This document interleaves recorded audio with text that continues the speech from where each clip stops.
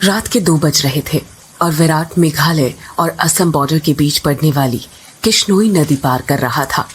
दूर दूर तक अंधेरा छाया हुआ था।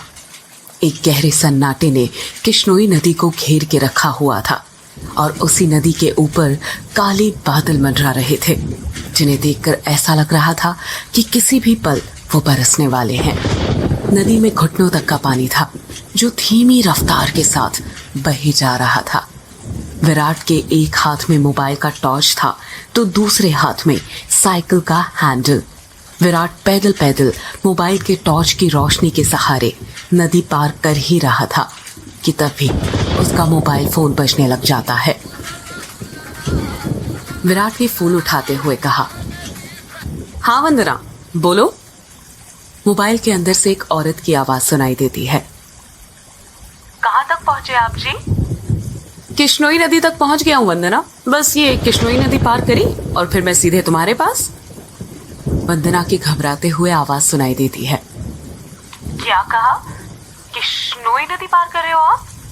और नहीं तो क्या, अब तुम्हें तो पता ही है कि बंगला मुड़ा गांव से रोंगकामुचा गांव जाने का तो एकमात्र यही रास्ता है ना, और वो भी नदी पार करके जाना पड़ता है।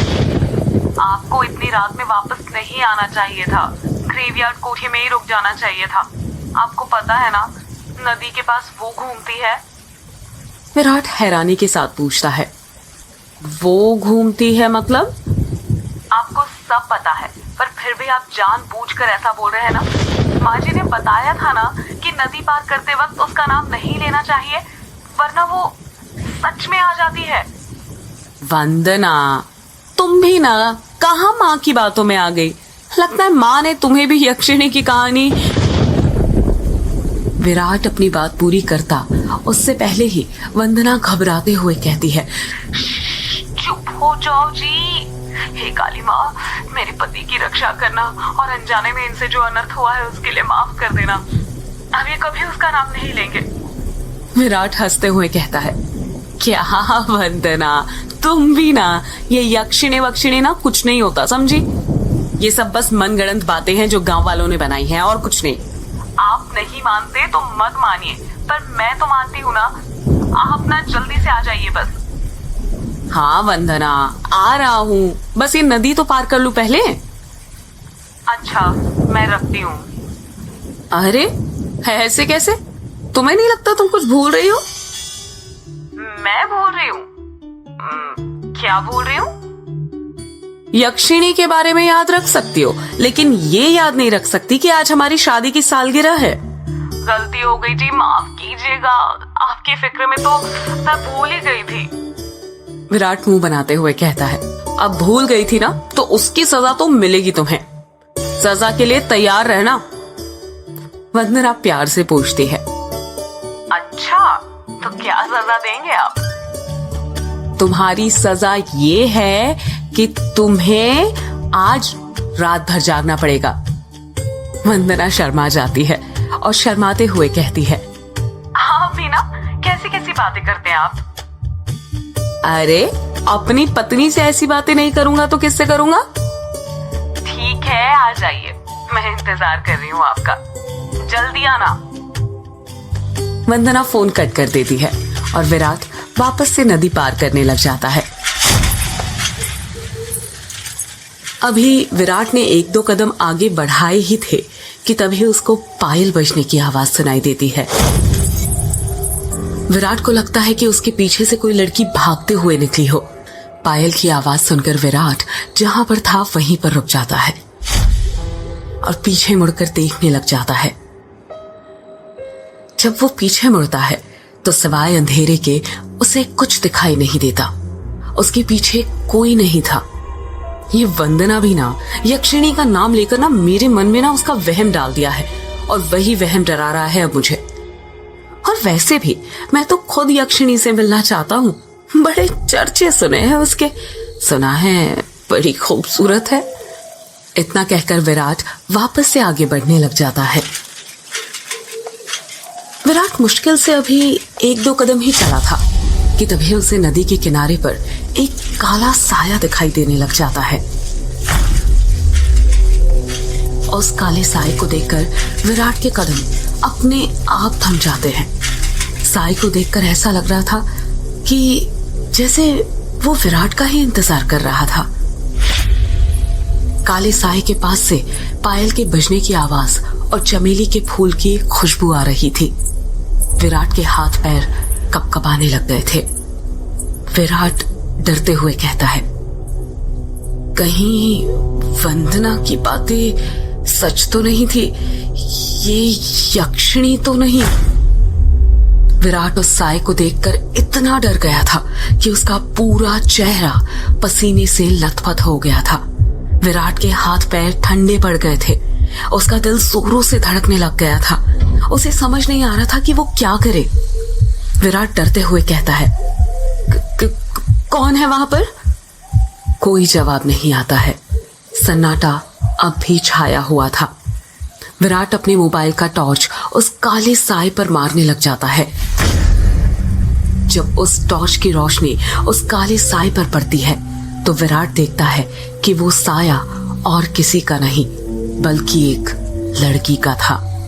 नदी के किनारे पर एक बहुत ही खूबसूरत लड़की खड़ी हुई थी, जिसकी उम्र करीब 24 साल और लंबाई 5 फीट 2 इंच थी। उसकी लंबी सी गर्दन, गुलाबी से होंठ, बाल खुले हुए जो उसके कमर तक आते थे, उसका गोरा बदन और उसी गोरे बदन पर उसने काली साड़ी पहन रखी थी। वो लड़की किसी अप्सरा से कम नहीं लग रही थी। वो इतनी खूबसूरत थी कि कोई भी मर्द उसका रूप देखकर अपनी हदों को भूलकर उसकी बाहों में मदहोश होना चाहेगा। वो लड़की अपने हाथ से विराट को इशारा करते हुए अपने पास बुलाती है। उस लड़की को देखकर विराट भूल गया था कि यक्षिणी जैसी कोई चीज भी होती है। विराट अपनी साइकिल को वहीं पर छोड़ देता है और जल्दी जल्दी उस लड़की के पास जाने लग जाता है, जैसे उसके बदन में कोई आग लग गई हो। विराट उस लड़की के पास जाकर उससे धीरे से पूछता है, कौन हो तुम और यहां पर क्या कर रही हो? क्या नाम है तुम्हारा? लड़की अपने चेहरे पर मुस्कान लाते हुए कहती है, नाम में क्या रखा है? जो रखा है काम में रखा है। कैसा काम? लड़की विराट की आंखों में देखते हुए कहती है, वही काम जो तुम घर पर जाकर अपनी पत्नी के साथ करने वाले थे। तुम उसे आज रात भर जगाना चाहते थे ना? क्या तुम मुझे नहीं जगाओगे? उस लड़की की आंखों में एक नशा सा था, जिसे देखकर विराट सब कुछ भूल गया था। ऐसा लग रहा था जैसे वो उसके वश में आ गया हो। विराट भी उस लड़की की आंखों में देखते हुए कहता है, हाँ क्यों नहीं, मैं तुम्हें आज रात क्या, कल परसों नरसों हमेशा जगा कर रखूंगा। कभी नहीं सोने दूंगा तुम्हें। इतना कहते ही विराट उस लड़की को अपने सीने से सटा लेता है और अगले ही पल दोनों नदी के रेत पर निर्वस्त्र पड़े हुए थे। दोनों के जिस्मों की गर्मी से रेत उनके शरीर पर चिपक गई थी। उस लड़की के बदन में से चमेली के फूलों की खुशबू आ रही थी। लड़की नीचे थी और विराट उसके ऊपर।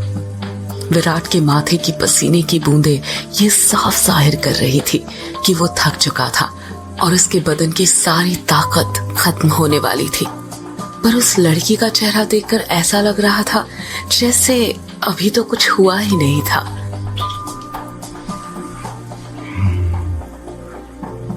उसके अंदर की प्यास अभी बुझी नहीं थी।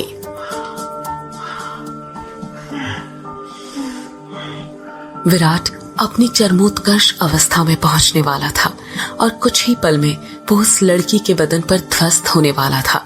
तभी उसकी नजर उस लड़की के वक्ष पर पड़ती है और वो देखता है कि उस लड़की के वक्ष पर धीरे धीरे झुर्रियां आने लग गई थी। उसके हाथ पैरों की नसें बाहर निकलने लग गई थी। उसके बाल काले से सफेद होने लग गए थे। देखते ही देखते वो लड़की अचानक से बूढ़ी औरत में तब्दील हो जाती है। ये सब देखकर विराट की आंखें फटी की फटी रह गई थी। उसका गर्म बदन अचानक से ठंडा पड़ गया था। विराट कांपते हुए कहता है, कौन हो तुम? वो लड़की धीरे से कहती है, मैं यक्षिणी, तेरी मां। ये सुनकर विराट के रोंगटे खड़े हो जाते हैं और वो झट से उससे दूर हटने लगता है। पर उसी वक्त यक्षिणी उसे अपने दोनों हाथों से पकड़ लेती है और कहती है, अभी कहाँ जा रहे हो प्रियतम? मेरी प्यास अभी बुझी नहीं है। तुम तो मुझे कल, परसों, नरसों हमेशा तक जगाना चाहते थे ना? क्या हुआ?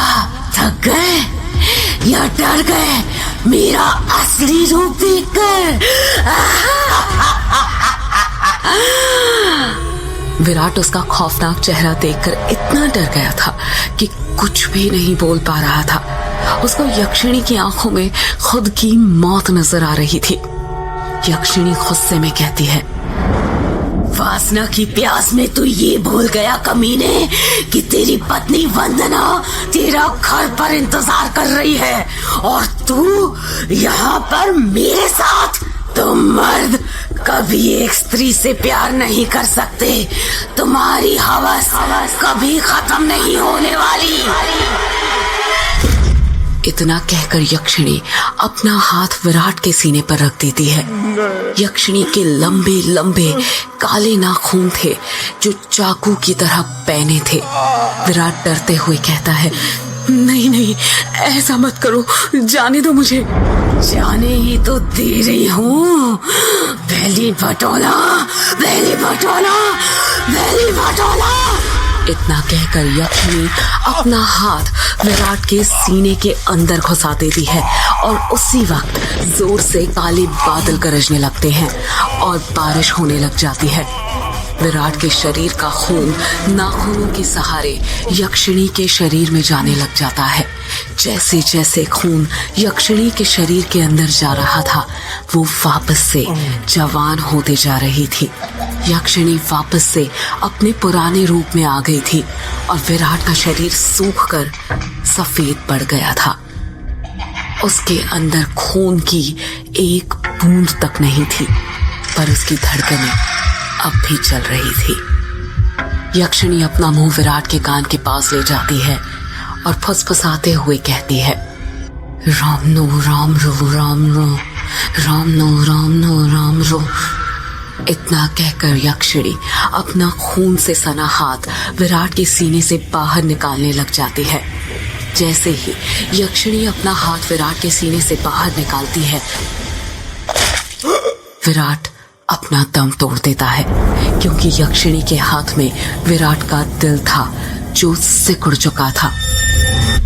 अगले ही पहल यक्षिणी विराट का दिल लेकर गायब हो जाती है, ठीक उस तरह जिस तरह बारिश की बूंदें होती है।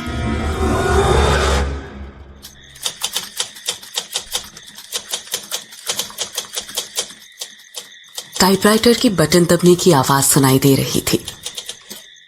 एक आदमी जो कि कोट पैंट पहना हुआ था, एक बंद कमरे में सफेद टाइपराइटर के ऊपर कहानी टाइप कर रहा था। उस आदमी ने बड़ा सा गोल चश्मा पहना हुआ था।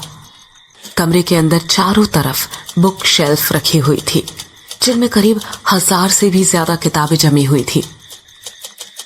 टेबल के ऊपर ही एक एशट्रे थी, जिसमें कुछ आधी जली तो कुछ पूरी जली सिगरेट और ऐश रखी हुई थी। लेखक खुद से कहता है, चलो ये भाग तो पूरा हुआ। अब दूसरे भाग में वंदना अपने पति की मौत का बदला लेगी, साथ में यक्षिणी के अभिशाप का पता भी लगाएगी और उसे ना इस अभिशाप से मुक्ति दिलाएगी। रीडर्स को बहुत दुख होगा विराट की मौत से, पर क्या करे, मौत होगी तभी तो हॉरर कहानी आगे बढ़ेगी ना। इतना कहकर लेखक एक सिगरेट जलाता है और उसके कश खींचते हुए अपने मोबाइल से किसी को फोन करने लग जाता है।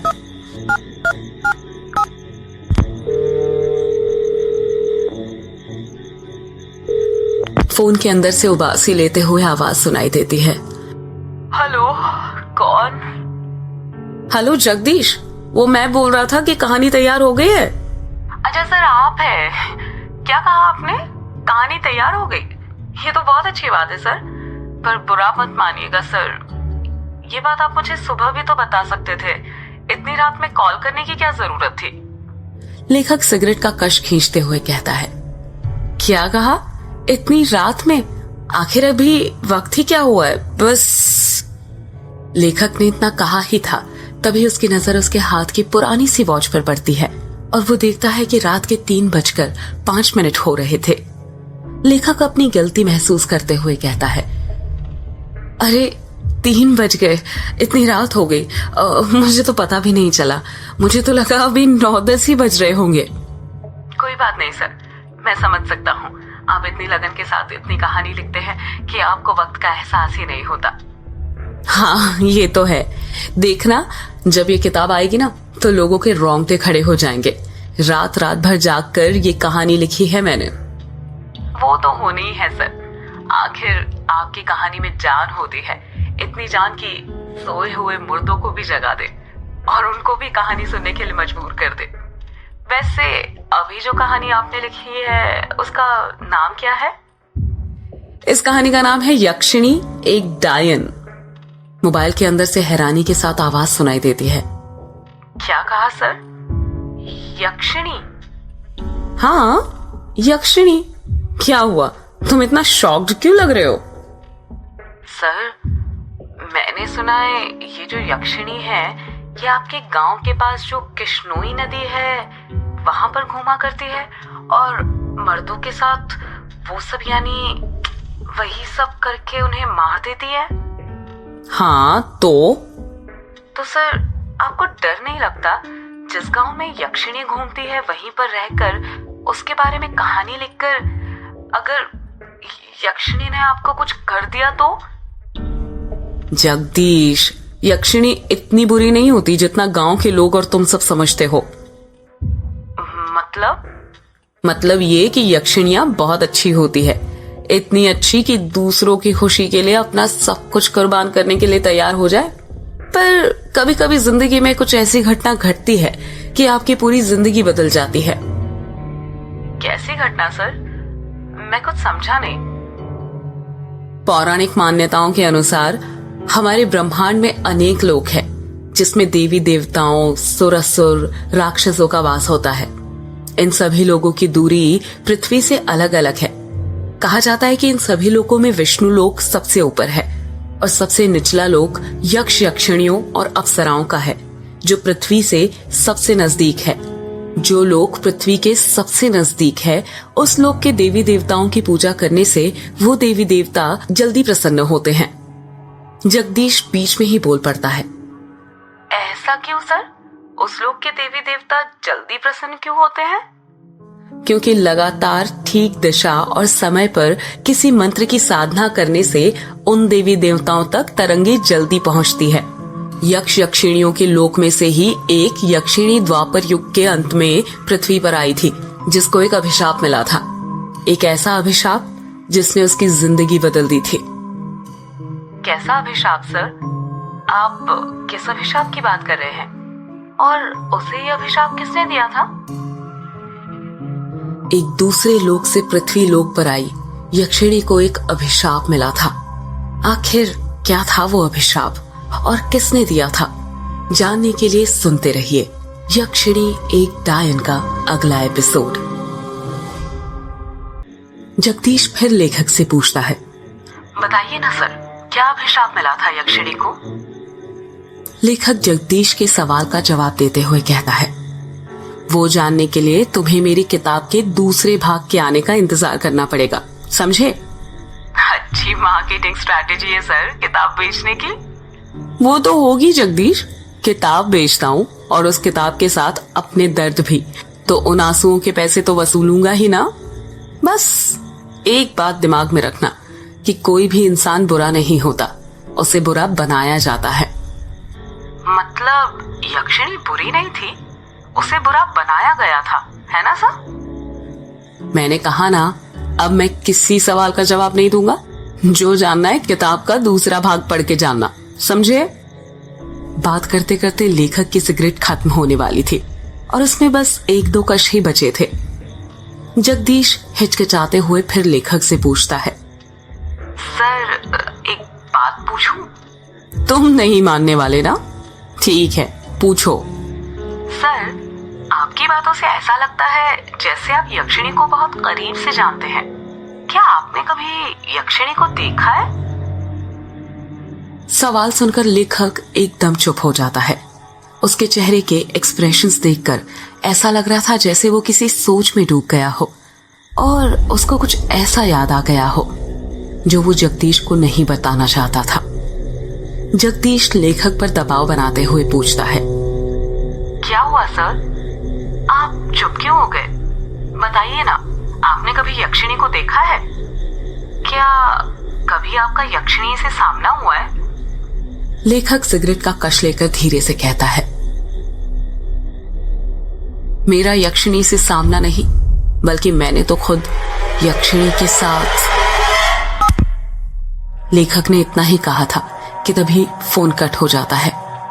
लेखक अपना मोबाइल देखते हुए कहता है, अरे ये क्या, फोन कैसे कट गया? लगता है नेटवर्क चले गया। ये गांव में यही प्रॉब्लम रहती है यार, पता ही नहीं चलता कब नेटवर्क आता है और कब चले जाता है। इतना कहकर लेखक उसकी कुर्सी के बगल में रखी बैसाखी के सहारे खड़ा हो जाता है। वो लेखक लंगड़ा था, उसका एक पैर जो था वो सही से काम नहीं करता था, जिसके कारण वो लंगड़ा लंगड़ा कर चलता था। उस लेखक ने बैसाखी के सहारे अभी 1-2 कदम ही आगे बढ़ाए थे कि तभी कमरे की लाइट अपने आप बंद चालू होने लग जाती है। लेखक कमरे के अंदर लगे बल्ब को देखते हुए कहता है, अरे अब ये लाइट को क्या हो गया अचानक? देखते ही देखते लाइट पूरी तरह बंद हो जाती है और कमरे के अंदर चारों तरफ अंधेरा छा जाता है। इतना अंधेरा कि लेखक को उसके हाथ पैर भी नहीं दिखाई दे रहे थे। ये क्या हो रहा है आज? कहीं वो आ तो नहीं गई? नहीं नहीं नहीं, ऐसा नहीं हो सकता, वो नहीं आ सकती।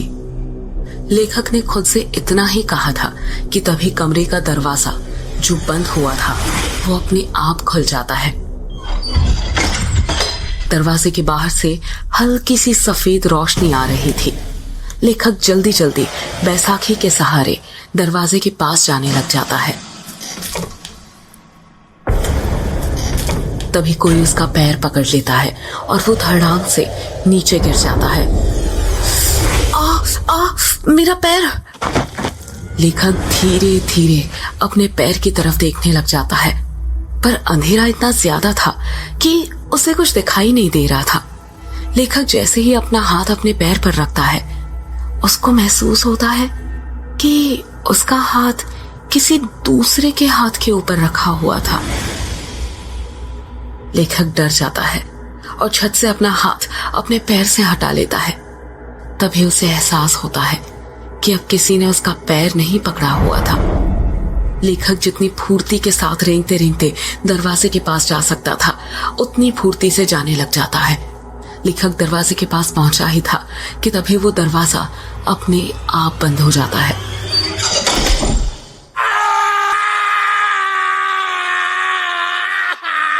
थोड़ी ही देर बाद दरवाजे के बाहर लेखक की दर्द से कराहने की आवाज सुनाई देने लग जाती है। कौन हो तुम? मैं यक्षिणी, तेरी मौत। कुछ देर तक लेखक और यक्षिणी की बातें चलती है, पर उन दोनों की बातों की आवाज दरवाजे के बाहर नहीं आ रही थी। कुछ देर बाद लेखक की एक जोर से चीख सुनाई देती है।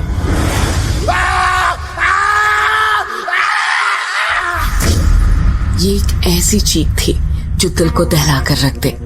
अगले ही पल दरवाजे के नीचे से लेखक का खून बहकर दरवाजे के बाहर आने लग जाता है।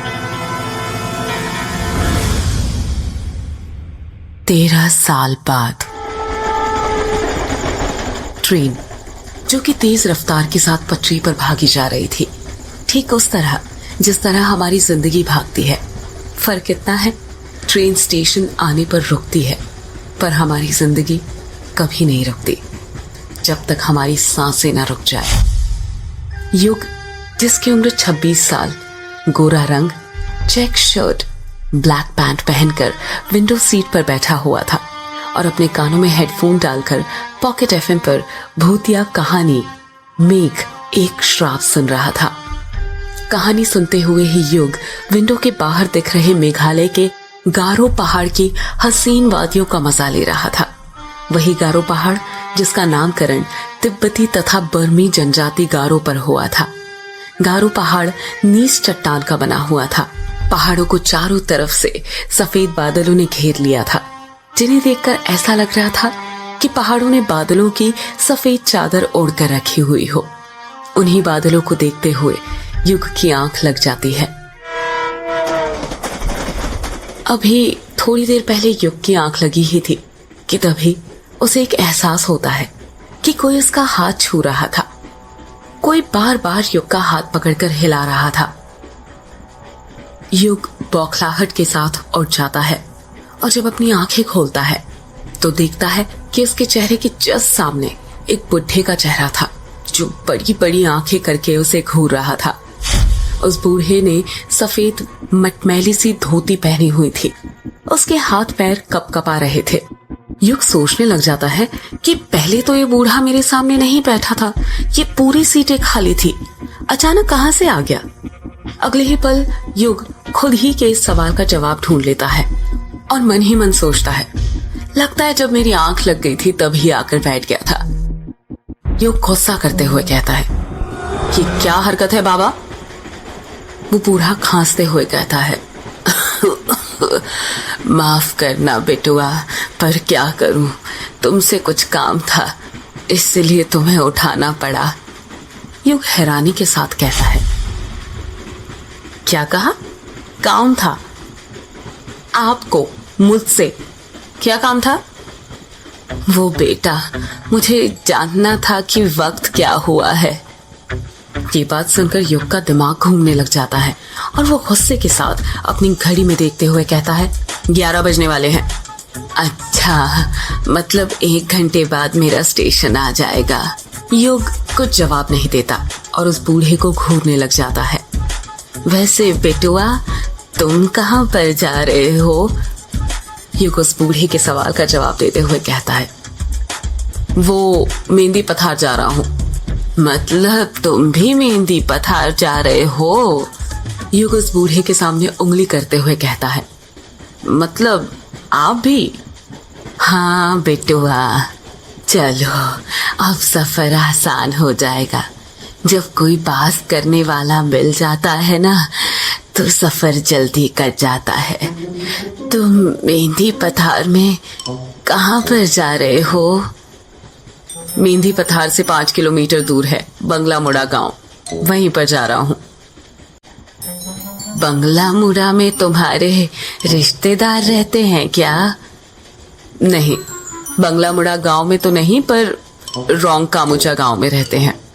अरे ये क्या बात हुई बेटा, जब तुम्हारे रिश्तेदार रोंग कामुचा गांव में रहते हैं तो फिर तुम बंगला मुड़ा गांव क्यों जा रहे हो? इस सवाल को सुनकर युग खामोश हो जाता है। ऐसा लग रहा था जैसे उस बूढ़े ने युग की दुखती नब्ज पर हाथ रख दिया था, कुछ ऐसा पूछ लिया हो जिसका जवाब वो शायद अपने आप को भी नहीं देना चाहता था। बूढ़ा अपनी बात को आगे जारी रखते हुए कहता है, चलो नहीं बताना है तो मत बताओ। बंगला मुड़ा में कहाँ पर रुकने वाले हो बेटा? बंगला मुड़ा गांव के बाहर जो ग्रेवयार्ड कोठी पड़ती है ना, उसी में रुकने वाला हूँ। वो बूढ़ा हैरानी के साथ कहता है, वो अंग्रेजों के जमाने की कोठी जिसे कब्रिस्तान पर बनाया गया था? हाँ, वही ग्रेवयार्ड कोठी, पर वो तो पिछले 13 साल से बंद है ना? हाँ बंद है, पर अब नहीं रहेगी। मैं आज रात ही उस कोठी को खोल दूंगा। नहीं बेटुआ, ऐसा मत करना। तुम्हें उस ग्रेवयार्ड कोठी के बारे में नहीं पता क्या? क्या नहीं पता? आप साफ साफ कहेंगे क्या कहना चाहते हैं? अगर तुम बचपन में उस गांव में रहे हो तो ये तो पता ही होगा कि यक्षिणी किश्नोई नदी के पास भटका करती थी। युग उस बूढ़े की बात का कुछ जवाब नहीं देता है। वो गौर से उसकी बातों को सुन रहा था। वो बूढ़ा अपनी बात को आगे जारी रखते हुए कहता है, तुम्हें पता है उस यक्षिणी के एक नहीं 2 ठिकाने थे। पहला किश्नोई नदी और दूसरा ग्रेवयार्ड कोठी। युग हैरानी के साथ कहता है, क्या कहा? ग्रेवयार्ड कोठी? हाँ, ग्रेवयार्ड कोठी।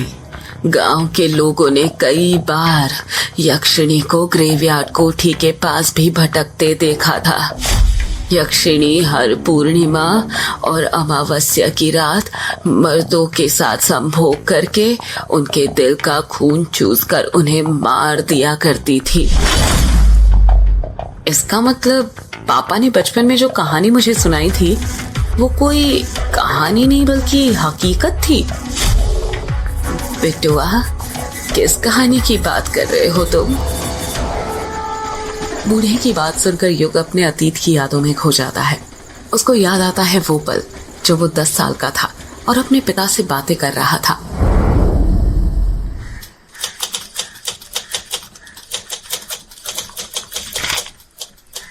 पापा पापा, क्या कर रहे हो आप? युग ने प्यार से पूछा। कुछ नहीं बेटा, कहानी लिख रहा हूं। युग के पिता ने टाइपराइटर पर कहानी टाइप करते हुए कहा। क्या कहा पापा? कहानी? कौन सी कहानी लिख रहे हैं आप? यक्षिणी की कहानी बेटा। पापा, मुझे भी यक्षिणी की कहानी सुनाइए ना। नहीं बेटा, तुम अभी बहुत छोटे हो, तुम डर जाओगे। जब बड़े हो जाओगे तब सुनना, ठीक है?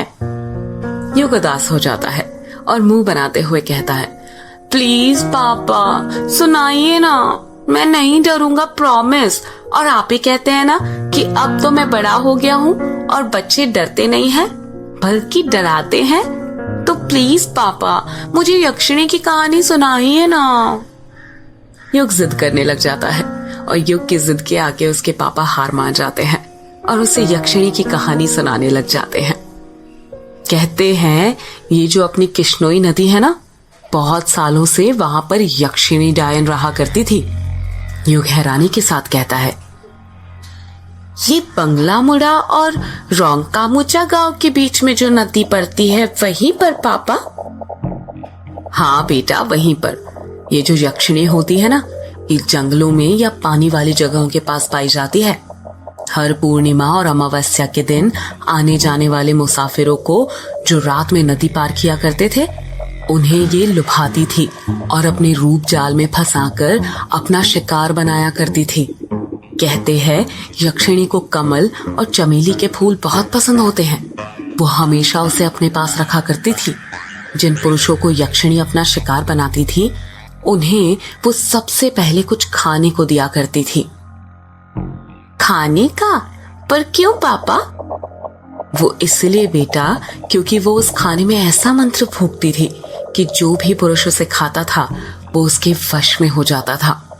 ऐसे ही एक बार यक्षिणी ने एक पुरुष को अपना शिकार बना लिया और उसे अपने वश में करने के बाद उसके साथ संभोग करने लग। युग बीच में ही बोल पड़ता है, ये संभोग क्या होता है पापा? युग का सवाल सुनकर युग के पिता चुप हो जाते हैं और वो बात को घुमाते हुए कहते हैं, ये आपके मतलब की चीज नहीं है बेटा। आप अभी छोटे हो ना, जब आप बड़े हो जाओगे तब हम इसका मतलब आपको बताएंगे। अभी आप कहानी पर ध्यान दो। ठीक है पापा, फिर आगे क्या हुआ? संभोग करने के बाद यक्षिणी अपने असली रूप में आ जाती थी। यक्षिणी का असली रूप बेहद डरावना होता है, इतना डरावना कि जिसे देखकर किसी की भी दिल की धड़कनें थम जाए। अपने असली रूप में आने के बाद यक्षिणी अपने शिकार के दिल का खून चूस लेती थी। पर वो ऐसा क्यों करती थी पापा? क्या वो बुरी औरत थी? नहीं बेटा, यक्षिणी बुरी औरत नहीं थी, बल्कि वो तो बहुत अच्छी औरत थी, दूसरे लोक से आई हुई एक अप्सरा की तरह। तो फिर पापा वो आदमियों के साथ वो क्या बोला था आपने? हाँ याद आया, संभोग करके क्यों मार देती थी? युग के पिता कुछ याद करते हुए कहते हैं, अभिशाप के कारण बेटा। कैसा अभिशाप पापा? बेटा, वो अभिशाप ये था कि युग के पिता ने इतना कहा ही था कि बाहर के कमरे से युग की माँ की आवाज सुनाई देती है। युग बेटा, ओ युग बेटा, चलो आओ, खाना खा लो, खाना बन गया है। युग अपनी माँ को मना करते हुए कहता है, नहीं माँ, मुझे अभी खाना नहीं खाना है, मैं पापा से कहानी सुन रहा हूँ। क्या कहा? कहानी सुन रहे हो? तुम्हारे पापा को कहानी लिखने और सुनाने के सिवा और कुछ आता भी है? जब देखो दिन भर कहानी लिखते रहते हैं। खुद तो बिगड़े हुए हैं ही, तुम्हें भी बिगाड़ने पर तुले हुए हैं। चलो जल्दी आओ खाना खाने, मैंने खाने की थाली बना ली है तुम्हारे लिए। नहीं माँ, मैं नहीं आ रहा, कहानी खत्म होने के बाद ही आऊंगा। क्या कहा? नहीं आ रहे? लगता है मुझे ही आना पड़ेगा। रुको, अभी बेलन लेकर आती हूँ, तभी तुम मानोगे। पायल की बजने की आवाज सुनाई देने लग जाती है। ऐसा लग रहा था जैसे युग की माँ युग के कमरे की तरफ आ रही हो। कुछ ही देर में युग की माँ हाथों में बेलन लेकर उस कमरे में आ जाती है। युग को उसकी माँ का चेहरा दिखाई नहीं दे रहा था, क्योंकि उसकी बचपन की यादों में उसकी माँ का चेहरा मिट चुका था। उसे नहीं पता था कि उसकी माँ कैसी दिखती थी। उसको उसकी माँ की बातें तो सारी याद थी, पर उनका चेहरा नहीं। युग की माँ उसका कान पकड़ते हुए कहती है, तो क्या कह रहे थे बेटा तुम? कि तुम्हें खाना नहीं खाना? जरा एक और बार बोलना। युग चीखते हुए कहता है, अरे माँ, कान छोड़िए, दर्द हो रहा है माँ, कान छोड़िए, कान तो छोड़िए आप माँ, दर्द हो रहा है माँ। मामा कहते हुए ही युग अपने अतीत की यादों में से बाहर आ जाता है। जब युग अपनी आंखें खोलता है तो देखता है कि उस बूढ़े ने उसका हाथ पकड़ा हुआ था और उसे हिला हिला कर पूछ रहा था, अरे ओ बिटुआ, कहाँ खो गए? ठीक तो हो तुम? और ये मामा क्यों बोल रहे हो? अरे बिटुआ। युग बूढ़े की बात का जवाब देते हुए कहता है, कुछ नहीं बाबा, ठीक हूं मैं तो डर ही गया था। युग बूढ़े की आंखों में देखते हुए कहता है, बाबा, एक बात पूछनी थी आपसे। क्या वो यक्षिणी अभी भी मर्दों को अपना शिकार बनाया करती है? बूढ़ा युग के सवाल का जवाब देते हुए कहता है, नहीं बेटुआ, यक्षिणी अब मर्दों को अपना शिकार नहीं बनाती। क्यों बाबा, क्या यक्षिणी यहाँ से चली गई है जो अब वो मर्दों को अपना शिकार नहीं बनाती है? वो बूढ़ा युग के पास जाते हुए कहता है, वो गई नहीं है, शांत हो गई है।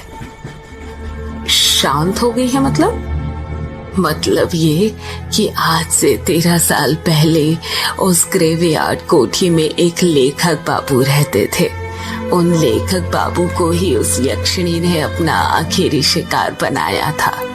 तुम्हें पता है, लेखक बाबू की किसी को लाश तक नहीं मिली थी, पर उनका कमरा पूरा खून से सना हुआ था।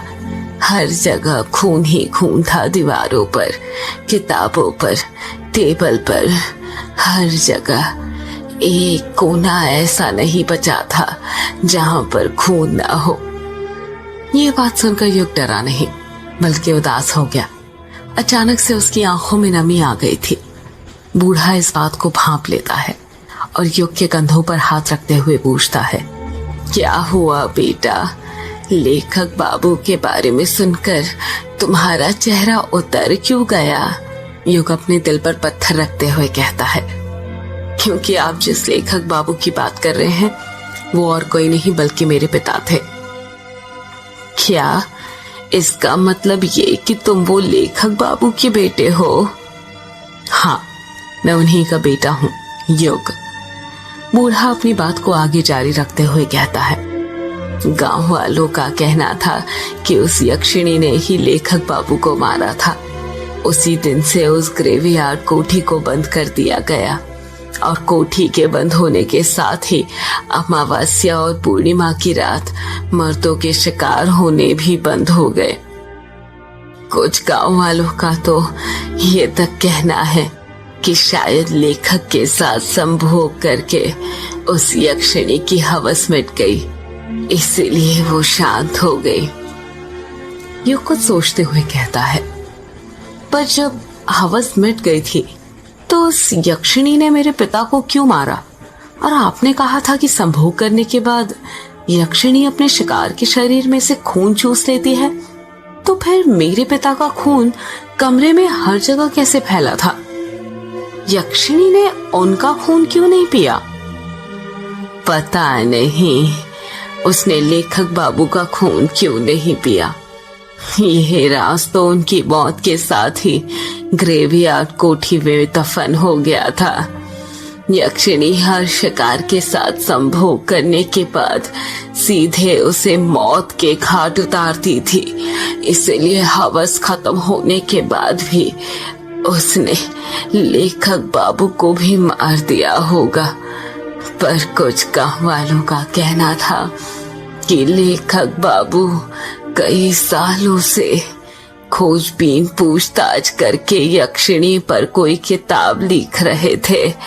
इसकी भनक उसे लग गई थी। एक ये भी कारण हो सकता है। और फिर अमावस्या आते ही यक्षिणी ने लेखक बाबू को मार दिया होगा। क्या वो किताब मुझे मिल सकती है? नहीं, वो किताब तो कहीं नहीं है। सुना है प्रकाशित ही नहीं हो पाई। शायद ग्रेवयार्ड कोठी में हो। क्या कहा आपने? ग्रेवयार्ड कोठी में? हाँ, ग्रेवयार्ड कोठी में। पर मैं तुम्हें एक सलाह देता हूँ, वो यक्षिणी शांत हो चुकी है तो बेहतर है उसे शांत ही रहने दो। उसके अंदर की वासना को फिर मत जगाओ, वरना पता नहीं और कितने मर्दों की जान ले ले। आप मुझे डरा क्यों रहे हैं? मैं डरा नहीं रहा हूँ तुम्हें, बस आगाह कर रहा हूँ बिटुआ। मौत के आने से पहले चेतावनी देनी पड़ती है। मतलब?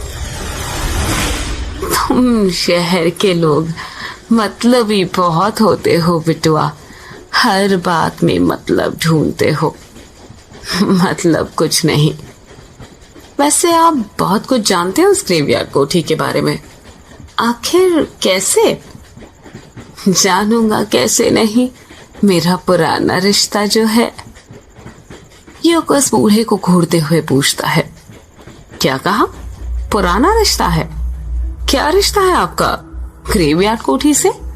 बूढ़ा बड़ी बड़ी आंखें करते हुए कहता है, मेहंदी पथार।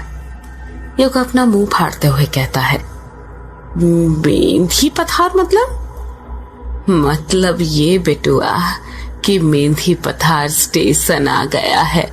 चलो जल्दी उतर जाओ। ट्रेन मेहंदी पथार स्टेशन पर आकर रुक गई थी।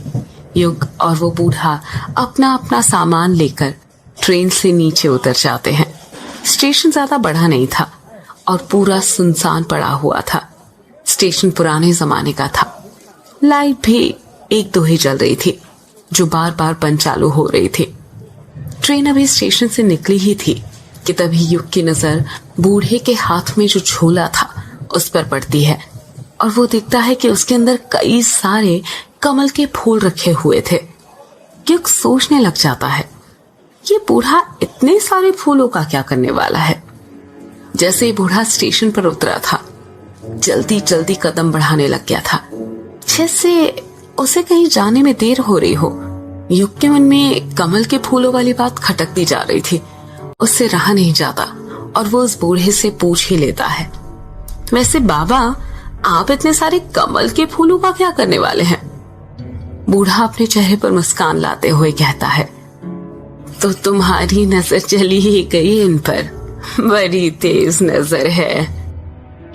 ये मेरे सवाल का जवाब नहीं हुआ बाबा, बताइए ना आप इतने सारे फूलों का क्या करने वाले हैं? अरे पूजा आने वाली है ना, उसी के लिए है ये फूल। कैसी पूजा? पूर्णिमा की पूजा। पूर्णिमा की पूजा मतलब? तुम नहीं समझोगे, तुम गांव में नए आए हो ना, धीरे धीरे सब समझ जाओगे। युग उस बूढ़े को हैरानी के साथ घूरे जा रहा था, क्योंकि उसको उसकी बातें बिल्कुल समझ में नहीं आ रही थी। युग अपनी जीन्स पकड़ते हुए कहता है, और शिट, इससे भी अभी आना था। क्या हुआ बेटा, बड़ी मुश्किल में लगते हो। हाँ बाबा, वो यहाँ पर कहीं वॉशरूम है क्या? बूढ़ा अपना सिर खुजाते हुए कहता है। वॉशरूम मतलब बेटुआ? मतलब टॉयलेट, पेशाब घर बाबा। अच्छा, ये बोलो ना तुम्हें टंकी खाली करनी है। युग चिढ़ते हुए कहता है, हाँ वही। वो तो नहीं है स्टेशन पर, पूरे देश की तरक्की हो गई, पर मेहंदी पथार आज भी वैसा ही है जैसा पहले था। तो फिर मैं वॉशरूम मतलब टंकी खाली कहाँ पर करूं? अरे इतनी सारी जगह है, कहीं भी कर दो, वैसे भी अंधेरा है, कोई नहीं देखने वाला। युग थोड़े आगे ट्रेन की पटरी के पास चले जाता है और टॉयलेट करने लग जाता है। युग टॉयलेट करते हुए कहता है, वैसे बाबा आपको यहाँ से कहाँ जाना है? रॉन्ग कामूचा। मतलब आपको वो किश्नोई नदी पार करके जाना पड़ेगा? हाँ। आपको डर नहीं लगता यदि उस यक्षिणी ने आपको पकड़ लिया तो? अरे मैंने कहा ना बिटुआ, उसकी वासना खत्म हो चुकी है, वो अब शिकार नहीं करती। और वैसे भी आज पूर्णिमा या अमावस्या थोड़ी है जो मुझे अपना शिकार बनाए। वैसे आप रोंग कामुचा में कहाँ रहते हैं? रोंग कामुचा में किश्नोई नदी का जो घाट है ना, वहीं पर रहता हूँ। युग कुछ सोचते हुए कहता है, ये तो वही घाट है ना जहां पर वो यक्षिणी भटका करती थी? पापा कहते थे कि अक्सर यक्षिणी किश्नोई नदी के दोनों घाट के पास ही भटका करती थी। कोई जवाब नहीं आता है। युग फिर पूछता है, बताइए ना बाबा, आप चुप क्यों हो गए? बूढ़े का कुछ जवाब नहीं आ रहा था। युग सोचने लग जाता है कि बाबा कोई जवाब क्यों नहीं दे रहे। युग अपने पैंट की चेन बंद करता है और पीछे मुड़ने लग जाता है। जब वो पीछे मुड़ता है तो उसके रोंगटे खड़े हो जाते हैं। वो बूढ़ा अचानक से गायब हो गया था। युग के समझ नहीं आ रहा था कि वो बूढ़ा इतनी जल्दी कहाँ जा सकता था। युग अपना बैग उठाकर स्टेशन पर उस बूढ़े को ढूंढने लग जाता है, पर वो बूढ़ा उसे कहीं पर भी नहीं मिलता है। युग हैरान था ये सोचकर कि वो बूढ़ा एकदम से कहाँ गायब हो गया, पर थोड़ी ही देर बाद वो ये सोचकर संतुष्ट हो जाता है कि शायद वो बूढ़ा अकेले ही चला गया होगा। और अच्छा ही हुआ चले गया, वरना यक्षिणी के बारे में बातें करके वो तो खुद तो डरता ही, साथ में उसे भी डराता। युग स्टेशन से बाहर निकलता है तो देखता है कि स्टेशन से बाहर एक भी ऑटो रिक्शा वाला नहीं था। ये गांव में ना यही प्रॉब्लम होती है, टैक्सी ही नहीं मिलती। शहरों का विकास तो हो रहा है पर गांव आज भी गांव ही है, जरा सी तरक्की नहीं हुई यहाँ पर। आज भी वैसा का वैसा है जैसे पहले था। इतना कहकर युग पैदल पैदल ही बंगला मुड़ा गांव जाने के लिए निकल जाता है। आधे एक घंटे में वो बंगला मुड़ा गांव पहुंच जाता है। बंगला मुड़ा गांव पार करने के बाद काला झाड़ी जंगल पड़ता है, जिसको पार करने के बाद ही किश्नोई नदी आती है। और वहीं से थोड़ी दूर पर युग की ग्रेवयार्ड कोठी थी जहां पर युग को जाना था। युग ने बंगला मुड़ा गांव तो पार कर लिया था, पर काला झाड़ी जंगल के अंदर वो फंस गया था। किश्नोई नदी जाने का रास्ता वो भूल चुका था। काला झाड़ी जंगल में अंधेरा इतना ज्यादा था कि उसके समझ ही नहीं आ रहा था कि कौन सा रास्ता कहां पर जाता है। युग जंगल के अंदर लगे बांस के पेड़ों को देखते हुए कहता है, अब क्या करूं? आगे का रास्ता तो भूल गया मैं। 2-3 राउंड मार लिए पर बार बार घूमकर फिर से यहीं पर आकर रुक जाता हूँ। ये काली झाड़ी का जंगल तो पहेली बन गया है मेरे लिए, कुछ समझ ही नहीं आ रहा क्या करूं। युग अपना मोबाइल निकालते हुए कहता है, यहाँ पर तो नेटवर्क भी नहीं आ रहा कि किसी को फोन करके बुला लूं। युग के आसपास साल और बांस के पेड़ लगे हुए थे। हवा के झोंके जब भी इन बांस के पेड़ों के बीच में से निकलते थे तो ऐसा लगता था जैसे आपस में कोई फुसफुसा रहा हो। मोबाइल के टॉर्च की रोशनी में युग को ज्यादा कुछ नहीं दिखाई दे रहा था। युग सोच ही रहा था कि वो क्या करे, कि कैसे इन जंगलों से निकले। तभी उसे किसी के कदमों की आहट सुनाई देती है। कदमों की आहट सुनकर युग सहम सा जाता है और सोचने लग जाता है कि इतनी रात में जंगल में कौन होगा। युग डरने लग जाता है और सोचने लग जाता है कि कहीं यक्षिणी तो नहीं। पर फिर वो अपने दिल को तसल्ली देता है, नहीं, यक्षिणी वक्षिणी कुछ नहीं होती, सिर्फ कहानियां हैं जो मेरे पापा ने बनाई थी। कदमों की आहट धीरे धीरे तेज होती जा रही थी। ऐसा लग रहा था जैसे कोई युग के पास आ रहा हो। युग जमीन पर पड़ा बांस का टुकड़ा उठा लेता है और कदमों की आहट सुनने लग जाता है। तभी युग देखता है कि उसके बगल में जो बांस के पेड़ लगे हुए थे वो हिल रहे थे और आवाज उसी तरफ से आ रही थी। युग पूरी तरह तैयार हो गया था उस आहट का सामना करने के लिए। जैसे ही कदमों की आहट बंद होती है, युग की आंखें फटी की फटी रह जाती है। उसके हाथ से बांस का टुकड़ा अपने आप छूट जाता है और वो खुद डर के मारे झट से जमीन पर गिर जाता है। युग के सामने एक काला साया खड़ा हुआ था। युग डरते हुए अपना मोबाइल उठाता है और उसका टॉर्च उस काले साए पर मारते हुए कहता है, कौन हो तुम? एक लड़की की आवाज सुनाई देती है, मैं अभिमन्यु। जब टॉर्च की रोशनी उस काले साए पर पड़ती है तो युग देखता है कि वो काला साया किसी और का नहीं बल्कि उसी की उम्र के एक लड़के का था, जिसके लंबे लंबे घुंघरालू गर्दन तक बाल थे और उसने आंखों में एक बड़ा सा चश्मा पहना हुआ था। उस लड़के के हाथों में कोई डिवाइस था जिसे देखकर ऐसा लग रहा था जैसे कोई रीडिंग नापने वाला डिवाइस हो। अभिमन्यु युग की तरफ हाथ बढ़ाते हुए कहता है, और जाओ, नीचे क्यों लेटे हो? युग अभिमन्यु का हाथ पकड़ते हुए कहता है, लेटा नहीं हूं, तेरे कारण डर गया था। क्या कहा? मेरे कारण डर गया था? क्यों, तू डरपोक है क्या? क्या बोला तूने? इतना कहकर युग अभिमन्यु के चेहरे पर टॉर्च मारने लग जाता है। जब युग गौर से अभिमन्यु का चेहरा देखता है तो हैरानी के साथ कहता है, कहीं तुम अभी तो नहीं? युग अपनी बात पूरी करता उससे पहले ही अभिमन्यु भी युग की तरफ उंगली करते हुए कहता है, और तू युग है ना?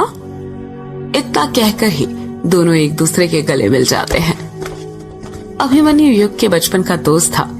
युग अभिमन्यु के बालों को हाथ लगाते हुए कहता है, तू तो बहुत बदल गया यार, बड़े बड़े बाल, आंखों में बड़ा सा चश्मा। अभिमन्यु कहता है, बदल तो तू भी गया है यार। ये बता, कब आया और कहाँ जा रहा है तू इतनी रात में? बस आज ही आया, ये मान ले 1-2 घंटे पहले, और मैं तो अपने ग्रेवयार्ड कोर्ट ही जा रहा हूँ। तू बता, तू कहाँ जा रहा है इतने सुनसान जंगल में, वो भी इतनी रात में? और तूने ये बाल इतने बड़े क्यों कर रखे? एक पल तो मुझे लगा जैसे वो थी। अभिमन्यु हैरानी के साथ पूछता है, वो थी मतलब? युग बात को घुमाते हुए कहता है, छोड़ ना, और तू पहले मेरे सवाल का जवाब दे। ये बता, तू इतनी रात में यहाँ पर क्या कर रहा है? मुझे तो कुछ गड़बड़ लग रही है। यार गड़बड़ वड़बड़ कुछ नहीं है। अगर मैंने बता दिया ना कि मैं यहाँ पर क्या कर रहा था तो तू हंसेगा, इसलिए बेहतर होगा कि ना तुम मत ही जा। अरे नहीं हंसूंगा भाई, पहले तू बता तो यहाँ पर कर क्या रहा था?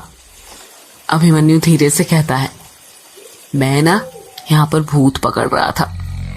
युग को सुना ही नहीं देता है और वो फिर से पूछता है, क्या कहा? अभिमन्यु युग के कान में चिल्लाते हुए कहता है, भूत पकड़ रहा था यार। अभिमन्यु की बात सुनकर युग जोर जोर से हंसने लग जाता है और कहता है, तू पागल हो गया है क्या? कैसी बातें कर रहा है? मुझे लगा तेरी बचपन की आदत है ये भूतों पर विश्वास करने की, जो चली गई होगी और तू अब समझदार हो गया है, पर तू तो अभी भी नहीं सुधरा है यार। पूरा वैसा का वैसा है जैसे बचपन में था। डब्बा का डब्बा। अभिमन्यु नाराज होते हुए कहता है, मैंने कहा था ना तू हंसेगा, इसलिए नहीं बता रहा था। युग को गिल्टी फील होने लगता है और वो धीरे से कहता है, सॉरी यार, चल छोड़, ये बता क्या करता है आजकल तू? मेरी गुवाहाटी में जॉब है, अभी छुट्टियां मनाने आया हूं। गुवाहाटी में जॉब है, पर किस चीज की? अभी तो बताया। क्या बताया? भूत पकड़ने की। मैं एक सर्टिफाइड पैरानॉर्मल एक्टिविटी एक्सपर्ट हूं। हम लोग भूत खोजने का काम करते हैं। हाँ। अभिमन्यु की बात सुनकर युग अपनी हंसी नहीं रोक पा रहा था। वो हंसते ही जा रहा था। यार तू हंस क्या रहा है? हंस ले, जिनको कम नॉलेज होती है ना वो अक्सर अपने से ज्यादा नॉलेज वालों को पागल ही समझते हैं। शायद तुझे पता नहीं है, हमारे इंडिया में ना 10 सर्टिफाइड पैरानॉर्मल सोसाइटीज हैं जो भूत खोजने का काम करती है। मैं भी उसी सोसाइटी में सर्टिफाइड हूँ, समझा? युग हंसते हुए कहता है, ये बता आज तक कोई भूत खोजा या नहीं तूने? अभी तक तो नहीं खोजा, पर जल्दी खोज लूंगा ना। अच्छा, और वो कैसे? अभिमन्यु अपने हाथ का डिवाइस दिखाते हुए कहता है, इसकी मदद से। युग हैरानी के साथ पूछता है, ये क्या है? इसे इलेक्ट्रोमैग्नेटिक फील्ड मीटर कहते हैं। मतलब ये कि इस मीटर का इस्तेमाल एक टाइम के अंदर इलेक्ट्रोमैग्नेटिक फील्ड में होने वाले अंतर को जांचने के लिए किया जाता है। कहते हैं किसी जगह पर जब भूत प्रवेश करते हैं तो वहां की इलेक्ट्रोमैग्नेटिक फील्ड में बदलाव आता है। इस तरह भूतों का पता लगाया जाता है। इसमें एक अलग तरह का सेंसर भी लगा होता है जो बजता है और हमें बताता है कि हमारे आसपास कुछ अदृश्य शक्तियां हैं। यो कुछ बोलता उससे पहले ही वो इलेक्ट्रोमैग्नेटिक फील्ड मीटर बजने लग जाता है। युग हैरानी से पूछता है, ये क्या हो रहा है? ये डिवाइस इतनी आवाज क्यों कर रहा है? अभिमन्यु अपने आसपास देखते हुए कहता है, ये संकेत है कि हमारे आसपास कुछ है। युग धीरे से कहता है, मतलब भूत? हाँ। अभिमन्यु के हाथ में जो इलेक्ट्रोमैग्नेटिक फील्ड मीटर था वो लगातार बजते जा रहा था। उसकी आवाज धीरे धीरे तेज होती जा रही थी। युग इलेक्ट्रोमैग्नेटिक फील्ड मीटर को देखते हुए कहता है, यार ये इतना आवाज क्यों कर रहा है? तो इसे बंद क्यों नहीं करता? वरना जंगली जानवर जाग जाएंगे, और यदि वो जाग गए ना तो भूत प्रेत हमें मारे या ना मारे, लेकिन वो हमें जरूर मार डालेंगे। अभिमन्यु चिढ़ते हुए युग से कहता है, युग तू तो ऐसे बोल रहा है जैसे मैं ये सब जानबूझ कर रहा हूँ। ये डिवाइस अपने आप ही बजता है, और वो भी तब जब आपके आसपास कोई पैरानॉर्मल एक्टिविटी हो रही हो। मतलब ये है कि हमारे आसपास जरूर कोई ना कोई अदृश्य शक्ति है। अभिमन्यु उस इलेक्ट्रोमैग्नेटिक फील्ड मीटर को चारों तरफ घुमाने लग जाता है, और जिस डायरेक्शन में इलेक्ट्रोमैग्नेटिक फील्ड मीटर से ज्यादा आवाज आ रही थी उस ओर जाने लग जाता है। युग अभिमन्यु को रोकते हुए कहता है, कहाँ जा रहा है तू? अभिमन्यु बांस के पेड़ से निकलते हुए कहता है, भूत को पकड़ने। चल जल्दी से मेरे पीछे आ जा। बहुत हंस रहा था ना तू? हाँ चल आ जा, आज तुझे ना भूत दिखाता हूँ। अरे मैं तो युग अपनी बात पूरी कर पाता उससे पहले ही अभिमन्यु वहां से चले जाता है। युग भी अपना सामान उठाता है और अभिमन्यु के पीछे पीछे जाने लग जाता है। इलेक्ट्रोमैग्नेटिक फील्ड मीटर से आ रही आवाज का पीछा करते करते युग और अभिमन्यु दोनों ने काला झाड़ी जंगल पार कर लिया था और वो किश्नोई नदी के पास पहुंच गए थे। अभिमन्यु इलेक्ट्रोमैग्नेटिक फील्ड मीटर को हवा में लेफ्ट राइट करते हुए कहता है, आवाज तो यहीं से आ रही है, मतलब भूत यहीं कहीं है हमारे आसपास। युग चिढ़ते हुए कहता है, ये क्या बोल रहा है अभिमन्यु तू? ये भूत भूत कुछ नहीं होते, छोड़िए तेरी मशीन। युग तू 2 मिनट चुप रहेगा? मुझे अपना काम करने दे, समझा? डिस्टर्ब मत कर, हम लोग भूत के बहुत करीब हैं। देखना आज तो मैं उसे पकड़ ही लूंगा।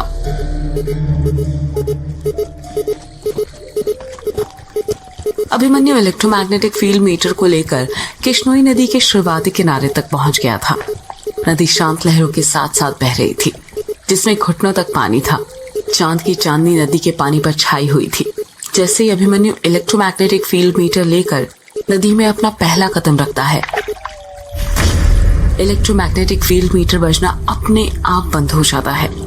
अभिमन्यु और युग दोनों शॉक्ड हो जाते हैं और सोचने लग जाते हैं कि अचानक से इलेक्ट्रोमैग्नेटिक फील्ड मीटर बंद कैसे हो गया। वातावरण में अचानक से शांति छा गई थी। अभिमन्यु इलेक्ट्रोमैग्नेटिक फील्ड मीटर को अपने हाथ से ठोकते हुए कहता है, अरे ये क्या, इसमें से आवाज क्यों नहीं आ रही है? कहीं ये खराब तो नहीं हो गया? युग नदी के बाहर ही खड़ा हुआ था। वो वहीं से अभिमन्यु को ताना मारते हुए कहता है, खराब तो तब होगा ना जब ये सही होगा। इतना घटिया तो है तेरा ये डिवाइस। क्या नाम बताया था तूने? Electromagnetic field meter. तुझे पता है इसने आवाज करना बंद क्यों कर दी? अभिमन्यु उदासी के साथ पूछता है। क्यों? क्योंकि शायद तुझे पता नहीं है कि इलेक्ट्रोमैग्नेटिक फील्ड का एटमॉस्फेयर पर फर्क पड़ता है। मतलब यह है कि जब वातावरण चेंज होता है तो मैग्नेटिक फील्ड भी चेंज होती है, जिस कारण जब हम जंगल से यहाँ तक आए तो इसने यहाँ पर आकर आवाज करनी बंद कर दी। क्योंकि जंगल के अंदर के एटमॉस्फेयर में और नदी के पास के एटमॉस्फेयर में बहुत डिफरेंस है। तुझे कैसे पता ये सब? इलेक्ट्रॉनिक एंड इलेक्ट्रिकल इंजीनियर हूँ बेटा, इतना तो पता ही होगा ना। तेरी तरह झोला छाप पैरानॉर्मल एक्टिविटी एक्सपर्ट नहीं हूँ। मैं नहीं मानता। मुझे तो लगता है कि मेरा ये डिवाइस हमें बिल्कुल सही जगह पर लाया है। युग अभिमन्यु को घूरते हुए कहता है। और तुझे ऐसा क्यों लगता है? इसके ना दो कारण हैं। पहला कारण यह है कि जब हम जंगल से यहाँ नदी तक आए तो उस बीच भी एटमॉस्फेयर चेंज हुआ होगा, तब ये बंद क्यों नहीं हुआ? क्या नदी पर आकर ही बंद क्यों हुआ? युग हैरानी के साथ पूछता है। और दूसरा कारण यह है कि आज से 13 साल पहले यक्षिणी हर पूर्णिमा और अमावस्या की रात किश्नोई नदी पार करने वाले मर्दों के साथ संभोग करके उनके दिल का खून पीकर उन्हें मार देती थी। युग शॉक्ड होते हुए कहता है, तो ये कहानी तुझे भी पता है? ये कहानी नहीं है, हकीकत है। और ये बात बंगला मुड़ा और रोंकामुचा गांव के बच्चे को पता है, समझा? छोड़िए सब। तो हाँ, क्या बता रहा था मैं कि देख, यक्षिणी मर्दों के साथ संभोग करके उन्हें मार देती थी यहीं पर, इसी नदी के पास। तो उनकी आत्मा भी यहाँ पर ही भटक रही होगी ना, समझा? इसीलिए तो मेरा ये डिवाइस यहाँ पर आकर बंद हो गया। युग घूरते हुए अभिमन्यु से पूछता है, तो ये यक्षिणी भूत प्रेत डायन पर भरोसा करता है? हाँ करता हूं। क्यों, तू नहीं करता? नहीं। अभिमन्यु युग के पास जाते हुए कहता है, तो फिर गले में ये काली माँ का लॉकेट क्यों पहना हुआ है? युग के गले में काली माँ का लॉकेट था, जिसमें उन्होंने रौद्र रूप धारण किया हुआ था और उनके पैरों पर भगवान शिव थे। युग उस लॉकेट को हाथ लगाते हुए कहता है, ये लॉकेट, ये तो मुझे माँ ने दिया था, उन्हीं के याद में पहनता हूँ। अब तो वो है नहीं, इसीलिए। युग अपनी बात पूरी करता इससे पहले ही अभिमन्यु कहता है, कुछ भी हो पर भरोसा तो करता है ना, भले ही माँ के कारण क्यों ना करता हो। तो फिर भूतों पर भी भरोसा करना सीख जा। पर जो चीज दिखाई नहीं देती उस पर विश्वास कैसे करूं? दिखते तो हमें भगवान भी नहीं है, पर फिर भी हम उन पर विश्वास करते हैं ना। तुझे पता है, ये जो भूत होते हैं ना, हर वक्त हमारे साथ रहते हैं, हमारे साथ खाते हैं, सोते हैं, उठते हैं, बैठते हैं, सब काम करते हैं, पर ये हमें दिखाई नहीं देते। पता है क्यों? क्यों? क्योंकि इनके पास भी भगवानों की तरह शक्तियां होती है, शैतानी शक्तियां। भगवान और भूत दोनों एक ही सिक्के के दो पहलू है। देख, दोनों के हिंदी और इंग्लिश के शुरुआती अक्षर भ और जी से ही स्टार्ट होते हैं, चाहे वो इंग्लिश का होस्ट हो और गॉड हो या फिर हिंदी का भूत और भगवान। तू तो सही में इंटेलिजेंट वाली बातें करने लग गया यार। तुझे ये सब बातें कैसे पता? तेरे पापा ने बताई। युग हैरानी के साथ पूछता है। क्या कहा? मेरे पापा ने बताई? पर कब? यार उनकी किताबों में लिखा है ये सब। तूने उनकी किताबें नहीं पढ़ी क्या? क्या तो लिखते थे यार वो, रोंगटे खड़े हो जाते थे पढ़ते पढ़ते। युग उदास होते हुए कहता है, नहीं मैंने नहीं पढ़ी। वैसे भी वो सब बस कहानियां हैं और कुछ नहीं। वो कहानी नहीं है युग, तुझे पता है एक लेखक वही लिखता है जो उसकी जिंदगी में घटित होता है। हो सकता है ये सब तेरे पापा के साथ हुआ हो। यार देख, मुझे ना मेरे पापा के बारे में बातें नहीं करनी। मैं बहुत थक गया हूँ, मुझे अभी आराम करना है, इसलिए मैं अपने घर ग्रेवयार्ड कोठी जाना चाहता हूँ। पर तू इतनी रात में ग्रेवयार्ड कोठी क्यों जा रहा है? तू तेरे रिश्तेदारों के घर रोंग कामुचा गांव जाना। मुझे उनके पास नहीं जाना। क्यों? युग अभिमन्यु के सवाल का कुछ जवाब नहीं देता है। अभिमन्यु युग के कंधों पर हाथ रखते हुए कहता है, तो अभी भी उनसे नाराज है क्या? नाराजगी किस बात की?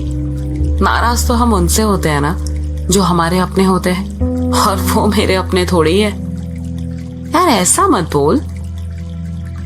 यार अभिमन्यु छोड़ ना तू ये सब और जाने दे मुझे। अरे ऐसे कैसे? एक काम करता हूँ, मैं भी तेरे साथ चलता हूँ। सुना है यक्षिणी के 2 ठिकाने थे, पहला किश्नोई नदी और दूसरा ग्रेवयार्ड कोठी। तुझे कैसे पता ये बात? मुझे तो बहुत कुछ पता है यक्षिणी के बारे में। आखिर ऐसे थोड़ी सर्टिफाइड पैरानॉर्मल एक्टिविटी एक्सपर्ट बनाऊं मैं। यार बातें करना छोड़ और चल जल्दी, अब जाकर सीधे सोना है मुझे। वैसे अच्छा हुआ तू मिल गया मुझे, मैं तो रास्ता ही भूल गया था। रास्ता ही तो दिखाने आया हूं मैं तुझे। क्या बोला? कुछ नहीं। वो देख, वो रही तेरी ग्रेवयार्ड कोठी। अभिमन्यु ने अपने हाथ से राइट साइड की ओर इशारा करते हुए कहा। जिस ओर अभिमन्यु ने इशारा किया था, जब युग उस तरफ देखता है तो वो देखता है कि ग्रेवयार्ड कोठी का ऊपरी सिरा नदी से साफ साफ दिख रहा था। ग्रेवयार्ड कोठी ऊपरी सतह पर बनी थी, जिस कारण उसका गुंबद देखा जा सकता था। ग्रेवयार्ड कोठी नदी से करीब 600-700 मीटर दूरी पर थी। ग्रेवयार्ड कोठी के ऊपर काले काले बादल मंडरा रहे थे, जिन्हें देखकर ऐसा लग रहा था कि वो काली शक्तियां थी जो युग के वहां आने का इंतजार कर रही थी। युग और अभिमन्यु पैदल पैदल ग्रेवयार्ड कोठी की तरफ जाने लग जाते हैं। कुछ ही देर चलने के बाद वो दोनों ग्रेवयार्ड कोठी के पास पहुंच जाते हैं। ग्रेवयार्ड कोठी खेतों के एकदम बीच में बनी हुई थी। आसपास दूर दूर तक कोई घर नहीं था। ग्रेवयार्ड कोठी के पास करीब 2 हेक्टेयर जमीन थी जो खाली पड़ी हुई थी। ग्रेवयार्ड कोठी 2 मंजिला थी, जिसमें बाहर से खिड़कियां देखने से लग रहा था कि करीब 50 से 60 कमरे होंगे। कोठी में ग्रे कलर किया गया था। अभिमन्यु ग्रेवयार्ड कोठी को देखते हुए कहता है, यार ये तो किसी फिल्म की हॉरर कोठी जैसी लग रही है। देख, कोठी के ऊपर काले बादल भी कैसे मंडरा रहे हैं ना। युग चिढ़ते हुए कहता है, यार ये फिल्मों की नहीं है, मेरे पूर्वजों की कोठी है जो उन्होंने अंग्रेजों से खरीदी थी। हाँ यार पता है, मैंने डिटेल्स निकाली थी इस कोठी की। ये अंग्रेज लोग भी ना बड़े कमाल के थे। कैसे? तुझे पता है ये कोठी कब और क्यों बनाई गई थी? नहीं, आज से 200 साल पहले 24 अगस्त 1608 में अंग्रेज अपने इंडिया में आए थे। उस वक्त उनका भारत में शासन नहीं था और ना ही उनके रहने के लिए कोई ठिकाना था। जब वो मेघालय में आए तो उन्हें अपने बंगला मुड़ा गांव में भी रहने नहीं दिया गया, क्योंकि ये अंग्रेज गाय सुअर सब खाते थे और हमारे हिंदू धर्म में गाय को देवी माँ की तरह पूजा जाता है।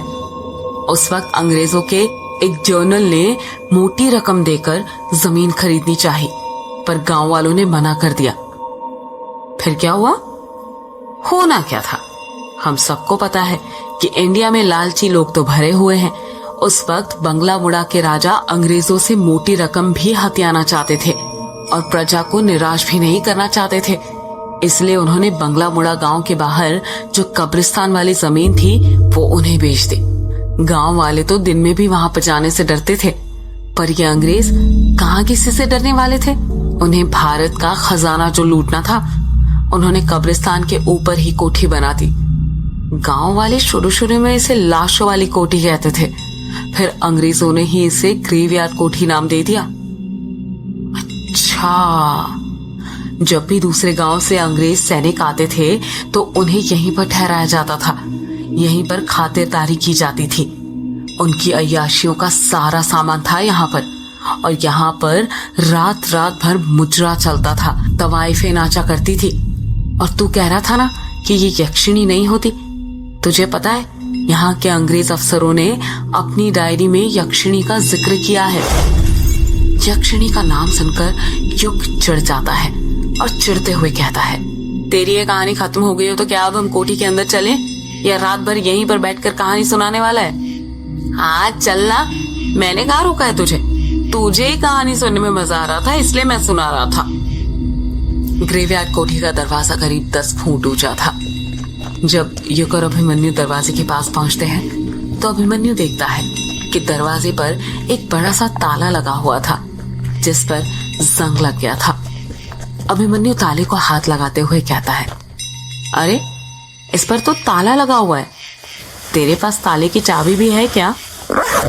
युग अपना बैग टटोलने लग जाता है और कहता है, रखी तो थी इसकी चाबी मेरे पास, कहाँ गई दिख क्यों नहीं रही यार? हाँ ये रही। युग अपने बैग से ताले की बड़ी सी चाबी निकाल लेता है।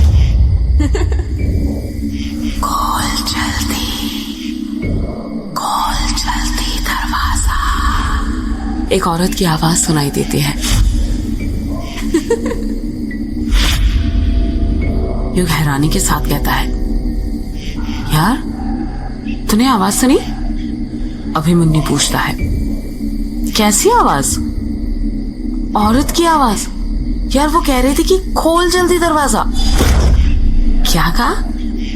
औरत की आवाज। लगता है ना तेरे कान बज रहे हैं। अभी तो मुझे कह रहा था कि मैं कहानी सुना रहा हूं, अब तू क्या कर रहा है? चल जल्दी ओपन कर कोठी, मैं भी तो देखो इसमें क्या क्या राज बंद है। युग चाबी को ताले के अंदर डाल देता है। जैसे ही चाबी ताले के अंदर जाती है, आसमान में तेज बिजली चमकती है। बिजली इतनी तेज चमकी थी कि ऐसा लग रहा था आधी रात में उजाला हो गया हो। युग चाबी को ताले के अंदर घुमाने लग जाता है, पर जंग लगे होने के कारण चाबी घूम नहीं रही थी। युग चाबी घुमाते हुए कहता है, अरे ये क्या, ये घूम क्यों नहीं रही? घूम जा, अब खुल भी जा। अभिमन्यु हैरानी के साथ पूछता है, क्या हुआ? यार चाबी अंदर ही टूट गई। क्या कहा? चाबी टूट गई? पर कैसे? यार इतनी पुरानी चाबी है, ऊपर से जंग लगी हुई थी, तो टूटेगी ना। अभिमन्यु अपने सिर पर हाथ रखते हुए कहता है, तो फिर अब क्या करें? युग कुछ कहता उससे पहले ही एक औरत की आवाज सुनाई देती है, पत्थर उठा और तोड़ दे ताला। युग कहता है, अच्छा आइडिया है, पर तू लड़की की आवाज में क्यों बोल रहा है? अभिमन्यु हैरानी के साथ कहता है, मैंने क्या कुछ बोला, मैं तो तब से चुप ही हूं। युग अभिमन्यु की बात पर ध्यान नहीं देता है। वो पास में ही जमीन पर रखा बड़ा सा पत्थर उठाता है और उसकी मदद से दरवाजे पर लगा ताला तोड़ने लग जाता है। 3 बार पत्थर से ताले पर वार करने पर ही खट से ताला टूट जाता है। जैसे ताला टूटता है, औरत की चीखने की आवाज सुनाई देती है। युग कुंडी खोलकर दरवाजे को अपने हाथों से धक्का देने लग जाता है, पर दरवाजा इतना भारी था कि उस अकेले से धक्का नहीं दिया जा रहा था। इसलिए अभिमन्यु भी उसकी मदद करने लग जाता है। अभिमन्यु और युग अपनी पूरी ताकत लगाकर दरवाजा खोल देते हैं।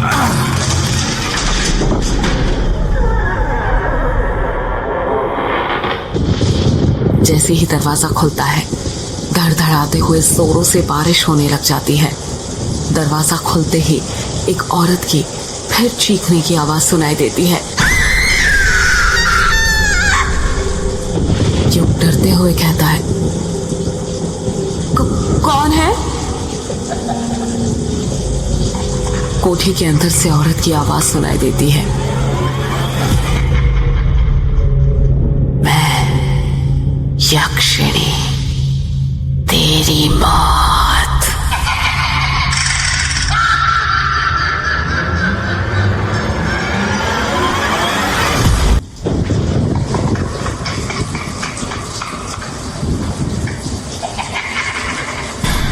युग डरते हुए अभिमन्यु से कहता है, यार तूने आवाज सुनी? अभिमन्यु हैरानी के साथ पूछता है, कैसी आवाज? यार लड़की की आवाज। अभिमन्यु चिढ़ते हुए कहता है, यार ये तूने क्या जब से लड़की की आवाज लगा कर रखा है? जब से यहाँ पर आया है कह रहा है लड़की की आवाज, लड़की की आवाज। किस लड़की की आवाज की बात कर रहा है तू? यार पता नहीं, पर सच में मैंने 2-3 बार किसी लड़की की आवाज सुनी। लगता है तेरे कान ना कुछ ज्यादा ही बज रहे हैं। ये बता, तू रास्ते भर कान में हेडफोन डालकर गाने सुनते हुए आया है ना? हाँ, पर ये बात तुझे कैसे पता? यार तभी तो तुझे आवाज सुनाई दे रही है। होता क्या है ना, जब भी हम 3-4 घंटे तक लगातार गाने सुनते हैं ना, तो उनके बोल हमें याद रह जाते हैं और वही बोल हमारे कानों में गूंजने लग जाते हैं। यार पर युग कुछ बोल पाता उससे पहले ही अभिमन्यु कहता है, परवर छोड़ यार, तब से कह रहा था कि ग्रेवयार्ड कोठी जाना है और अब ताला खुल गया तो बाहर खड़ा हुआ है। कोई शुभ मुहूर्त का इंतजार कर रहा है क्या? या फिर किसी का इंतजार कर रहा है कि कोई आएगा और तेरा गृह प्रवेश करवाएगा? युग अभिमन्यु की बात का कुछ जवाब नहीं देता है और कोठी के अंदर घुस जाता है।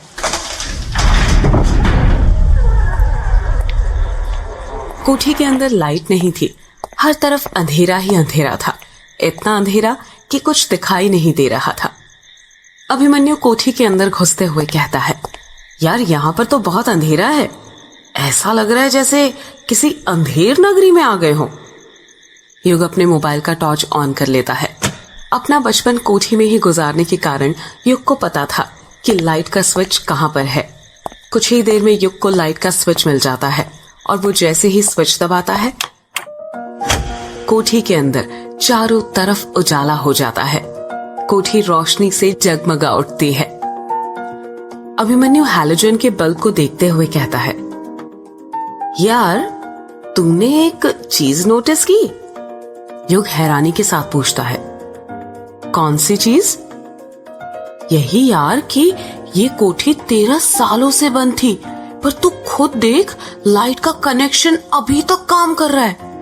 ऐसा कैसे हो सकता है? युग कुछ सोचते हुए कहता है, हो सकता है लाइट का कनेक्शन बिजली विभाग वालों ने काटा ही ना हो।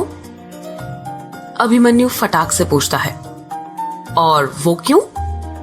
क्योंकि उनके मन में भी यक्षिणी का खौफ होगा और वो यहाँ पर आने से डरते होंगे, इसलिए उन्होंने लाइट का कनेक्शन काटा ही नहीं होगा। अभिमन्यु युग की बात का कुछ जवाब नहीं देता, क्योंकि उसे युग की बात बिल्कुल ठीक लगी थी। वो कोठी को देखने लग जाता है। 13 सालों से कोठी बंद होने के कारण हर जगह धूल ही धूल थी। मकड़ी ने कई सारे जाले बनाकर रखे हुए थे। कोठी के अंदर 2 बड़े से गुंबद बने हुए थे, जो कोठी की खूबसूरती को 4 चांद लगा रहे थे।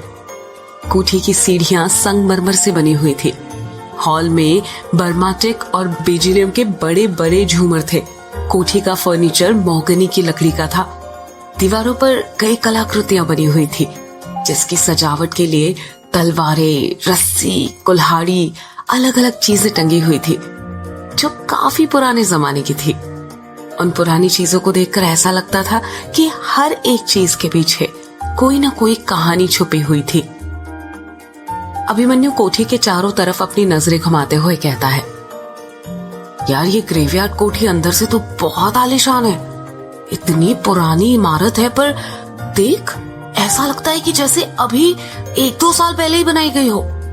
कुछ भी बोलो यार, ये अंग्रेज लोग ना काम एकदम बढ़िया करते हैं। इतना बढ़िया कि सालों साल तक चले। मेरे तो समझ में ही नहीं आ रहा कि तेरे रिश्तेदारों ने इतनी अच्छी कोठी इतने सालों से बंद क्यों रखी थी।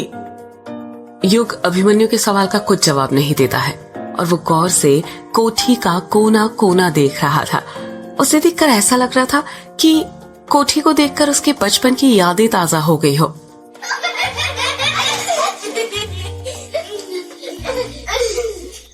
अभिमन्यु अपनी बात को आगे जारी रखते हुए कहता है, यार इस कोठी की भी ना बड़ी बेकार किस्मत है। 1-2 हफ्ते बाद अपने वेकेशन खत्म करके तू तो यहाँ से चला जाएगा और फिर इतनी प्यारी कोठी फिर से बंद हो जाएगी। मैं कहाँ जाऊंगा? अभिमन्यु फटाक से कहता है, अरे अपने शहर बैंगलोर जहां पर तू रहता है, और कहां पर जाएगा? तू यहाँ पर अपनी छुट्टियां ही बिताने आया है ना, शहर से मन भर गया होगा तो। युग उदास चेहरा बनाते हुए कहता है, मैंने बैंगलोर छोड़ दिया है और अब मैं कहीं नहीं जाऊंगा, हमेशा यहीं पर रहूंगा। अभिमन्यु अपनी आंखें फाड़ते हुए कहता है, क्या कहा? तूने बैंगलोर छोड़ दिया है? पर क्यों? तू तो बैंगलोर में सेटल हो गया था ना। अंकल जी के शांत हो जाने के बाद 13 सालों से वहीं पर रहा है तू, और अब ऐसा क्या हो गया कि तू अपना सब कुछ छोड़कर वापस अपने गांव आ गया? तुझे पता है ना, गांव की जिंदगी शहर की जिंदगी से बहुत अलग होती है, और ये बंगला मुड़ा गांव है, यहाँ पर नेसेसरी चीज भी मुश्किल से मिलती है। हाँ पता है मुझे, पर मैंने फैसला कर लिया है, चाहे कुछ भी हो जाए, पर अब मैं हमेशा यहीं पर ही रहूंगा। पर क्यों? आखिर शहर में तेरे साथ ऐसा क्या हुआ कि तू अपना सब कुछ छोड़कर गांव रहने आ गया? यार अभिमन्यु देख, अभी ना मेरा तुझे कुछ भी बताने का बिल्कुल मूड नहीं है। मेरा सर बहुत तेज दर्द हो रहा है, लंबा सफर करने के कारण नींद भी बहुत आ रही है, इसलिए सोने दे मुझे, मैं तुझे सुबह सब कुछ बताता हूँ ना। अभिमन्यु युग की हालत समझ जाता है और उदास चेहरा बनाते हुए कहता है, हाँ चल ठीक है, पर तू सोएगा कहाँ पर? कोठी में सब जगह तो धूल जमी हुई है, इतनी धूल पर सोएगा क्या? अभिमन्यु ने डाइनिंग टेबल पर फूंक मारते हुए कहा। युग अपने आसपास देखते हुए कहता है, लगता है कल सुबह उठकर सबसे पहले सफाई करनी पड़ेगी। खैर, रात गुजारने के लिए मेरे बैग में 2 ब्लैंकेट रखे हुए हैं, एक तू ले ले, एक मैं ले लेता हूँ, वही बिछाकर सो जाएंगे, फिर सुबह कुछ ना कुछ तो कर ही लेंगे। हाँ ठीक है। युग अपने बैग में से ब्लैंकेट निकालता है और दोनों उसे बिछाकर उस पर सो जाते हैं।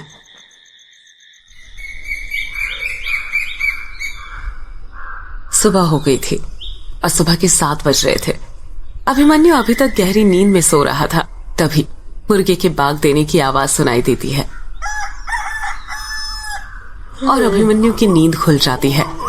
अभिमन्यु उबासे लेते हुए अपनी आंखें खोलता है और जब वो अपनी आंखें खोलता है तो हक्का बक्का रह जाता है।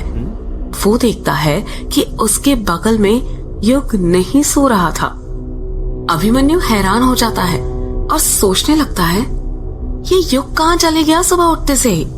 रात में तो यहीं पर सोया था मेरे साथ। अभिमन्यु युग को कोठी में ढूंढने लग जाता है और आवाज लगाते हुए कहता है, युग, ओ युग, कहाँ पर है तू? अभिमन्यु युग को बार बार आवाज लगाए जा रहा था, पर उसका कोई जवाब नहीं आ रहा था। अभिमन्यु ने नीचे के सारे कमरों में युग को ढूंढ लिया था, पर वो कहीं भी उसे मिल नहीं रहा था। अभिमन्यु परेशान हो गया था। अभिमन्यु युग को ढूंढते ढूंढते संगमरमर की सीढ़ियां चढ़कर ऊपर वाले कमरे की तरफ जाने लग जाता है। जब वो वहां पर पहुंचता है तो देखता है कि सीढ़ियों के जस्ट ऊपर ही एक बड़ी सी खिड़की थी जहां पर युग खड़ा हुआ था।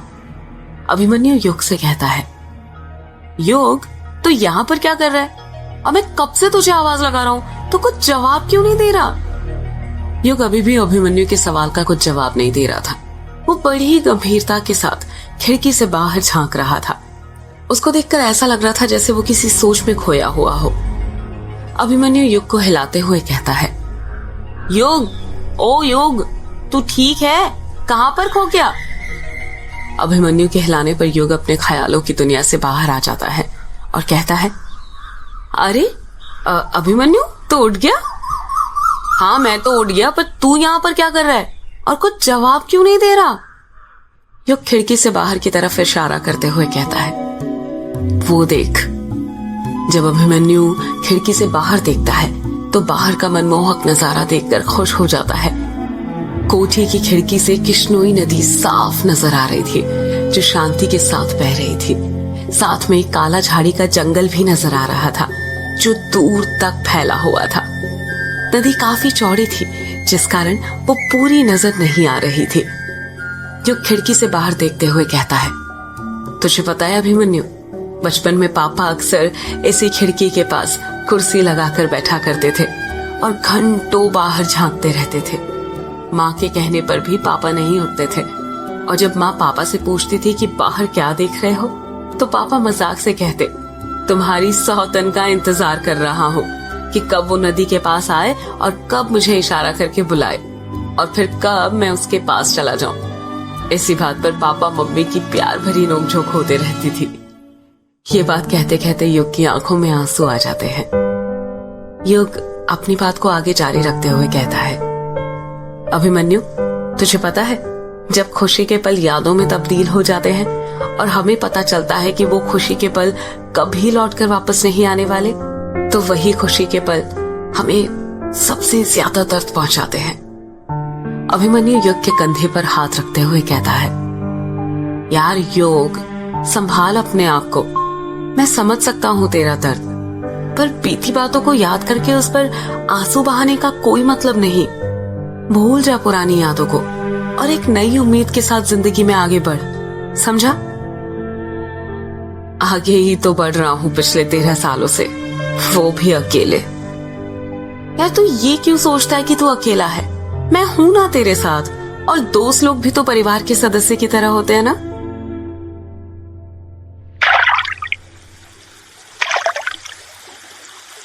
चांदनी रात थी और युग एक लड़की के साथ नदी के किनारे बैठा हुआ था। छोटी छोटी लहरें बार बार उन दोनों के पैरों को स्पर्श कर रही थी। युग का चेहरा तो साफ दिख रहा था, पर लड़की का चेहरा क्लियर नहीं दिख रहा था। उस लड़की ने काले रंग की साड़ी पहनी हुई थी। उसने अपना सिर युग के कंधों पर रखा हुआ था। दोनों ही एक दूसरे से चिपक कर बैठे हुए थे। वो लड़की आसमान में दिख रहे चांद को देखते हुए कहती है, एक बात पूछूं आपसे? युग प्यार से कहता है, हाँ पूछो ना, इसमें इतना हिचकिचाने वाली क्या बात है? आप मुझे भूलोगे तो नहीं ना? युग बड़े प्यार से बोलता है, तुम भूलने वाली चीज थोड़ी हो जो मैं तुम्हें भूलूंगा। तुम तो वो हो जिसे मैं जिंदगी भर अपने पास रखना चाहता हूँ, अपनी बाहों में भरकर। इतना कहकर युग उस लड़की की कमर पर हाथ रखता है और उसे अपने सीने से सटा लेता है। वो लड़की युग से दूर हटते हुए कहती है, कुछ बातें बनाना तो आपसे सीखे। अच्छा चलिए ये बताइए कि मैं आपके लिए क्या हूं? क्या हूं मतलब? मतलब ये कि मैं आपकी जिंदगी में क्या अहमियत रखती हूँ। युग उस लड़की से मजाक करते हुए कहता है, तुम कुछ अहमियत नहीं रखती मेरी जिंदगी में। मेरी जिंदगी मुझसे है, ना कि तुमसे। युग का जवाब सुनकर वो लड़की नाराज हो जाती है और मुंह फुलाते हुए कहती है, मतलब इतने दिनों से जो कुछ आप मेरे साथ कर रहे थे वो सब दिखावा है। सब लड़के ना एक जैसे होते हैं, उन्हें लड़कियों से ना बस एक ही चीज चाहिए होती है और वो है उनका जिस्म। जहां आप लोगों का मतलब निकलता है, आप लोग हमसे मुंह फेर लेते हैं। इतना कहकर वो लड़की वहां से उठने लग जाती है। तभी युग उसका हाथ पकड़ते हुए कहता है, अरे तुम तो नाराज हो गई। मैं तो मजाक कर रहा था मेरी जान। तुम जानना चाहती थी ना कि मेरी जिंदगी में तुम्हारी क्या अहमियत है, तो अब गौर से सुनो। इतना कहकर युग उस लड़की को फिर से अपने पास बैठा लेता है और उसकी आंखों में देखते हुए कहता है, तुम मेरी जिंदगी का H2O हो। वो लड़की हैरानी के साथ कहती है, H2O हूं मतलब तुम मेरी जिंदगी का पानी हो जिसे पीकर मैं अपनी प्यास बुझाना चाहता हूँ। तुम मेरी जिंदगी की ऑक्सीजन हो जिसे मैं अपनी सांसों में भरकर जीना चाहता हूँ। इतना कहकर युग उस लड़की के करीब चले जाता है, इतने करीब कि अगर अब वो जरा सा भी आगे बढ़ता तो उसके होंठ उस लड़की के होंठ से टकरा जाते। वो लड़की एक लंबी आह भरते हुए कहती है, आप रुक क्यों गए? बोलते रहिए ना। तुम मेरी जिंदगी का वो हसीन ख्वाब हो जिसे मैं रोज देखता हूँ। तुम मेरी जिंदगी का वो सुकून हो जो मुझे तुम्हारी बाहों के सिवा कहीं और नहीं मिलता। तुम मेरी जिंदगी का वो हिस्सा हो जिसके बिना मैं कुछ नहीं। सच तो ये है कि मेरा तुम्हारे बिना कोई वजूद ही नहीं। युग को पता ही नहीं चल पाता कि कब बातें करते करते उसके होंठ उस लड़की के होंठों से टकरा जाते हैं। दोनों के ही होंठ चिपक गए थे, ठीक उसी तरह जिस तरह भंवरा फूल से चिपकता है। जब युग और वो लड़की एक दूसरे को स्पर्श करते हैं तो दोनों को अपने अपने बदन में एक कपकपी सी होती है और दोनों एक दूसरे को अपनी बाहों में भर लेते हैं। वो दोनों कब रेत पर लौट जाते हैं उन्हें पता ही नहीं चलता। उस लड़की की काली साड़ी में युग पूरी तरह गूंथ चुका था। कोई इस बात का अंदाजा ही नहीं लगा सकता था कि उस लड़की ने साड़ी भी पहनी हुई थी। ऐसा लग रहा था जैसे वो साड़ी एक चादर हो जिसमें वो दोनों समाये हुए थे। उस लड़की के बदन का एक एक अंग युग के अंग के साथ स्पर्श हो रहा था।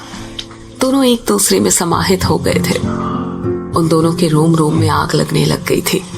युग उस लड़की के बहुत करीब चले गया था, इतने करीब कि तेज तेज चल रही उस लड़की की दिल की धड़कनों को वो साफ साफ सुन पा रहा था। युग का मन ही नहीं कर रहा था उस लड़की के बदन को छोड़ने का। उसने अपने पूरे शरीर की ताकत लगाकर उसके बदन को अपनी बाहों में जकड़ा हुआ था। वो लड़की बड़ी हिम्मत से अपने हाथ छुड़ाते हुए युग को रेत पर लेटाती है और एक एक करके उसके शर्ट के बटन खोलने लग जाती है। युग अपने आप को उस लड़की को सौंप देता है और रेत पर ही लेटकर आहें भरने लग जाता है। वो लड़की युग के शर्ट के बटन खोल देती है और उसके माथे को चूमने लग जाती है। वो लड़की युग के माथे को चूमते हुए कहती है, आप मुझे भूलोगे तो नहीं ना? युग धीरे से कहता है, नहीं, तुम्हें नहीं भूलूंगा, कभी नहीं। वो लड़की बार बार युग को चूमते हुए बस यही बोले जा रही थी कि आप मुझे भूलोगे तो नहीं ना। और युग कहता, नहीं, कभी नहीं। युग के अंदर की गर्मी बढ़ती जा रही थी। वो युग के माथे को चूमने के बाद नीचे आने लग जाती है और उसके सीने को चूमने लगती है।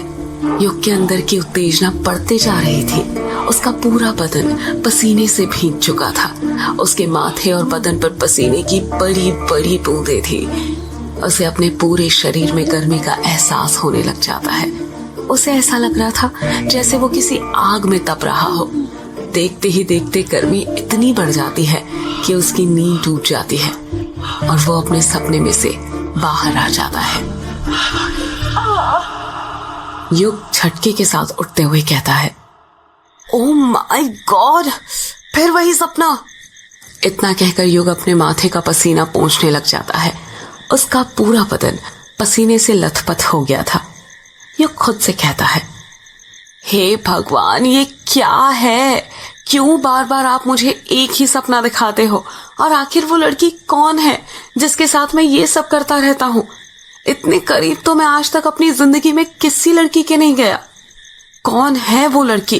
क्या संबंध है मेरा उसके साथ? यही सब सोचते हुए युग अपनी जगह पर खड़ा होता है। अपने बैग में से पानी की बोतल निकालता है और पानी पीते हुए फिर सोचने लग जाता है,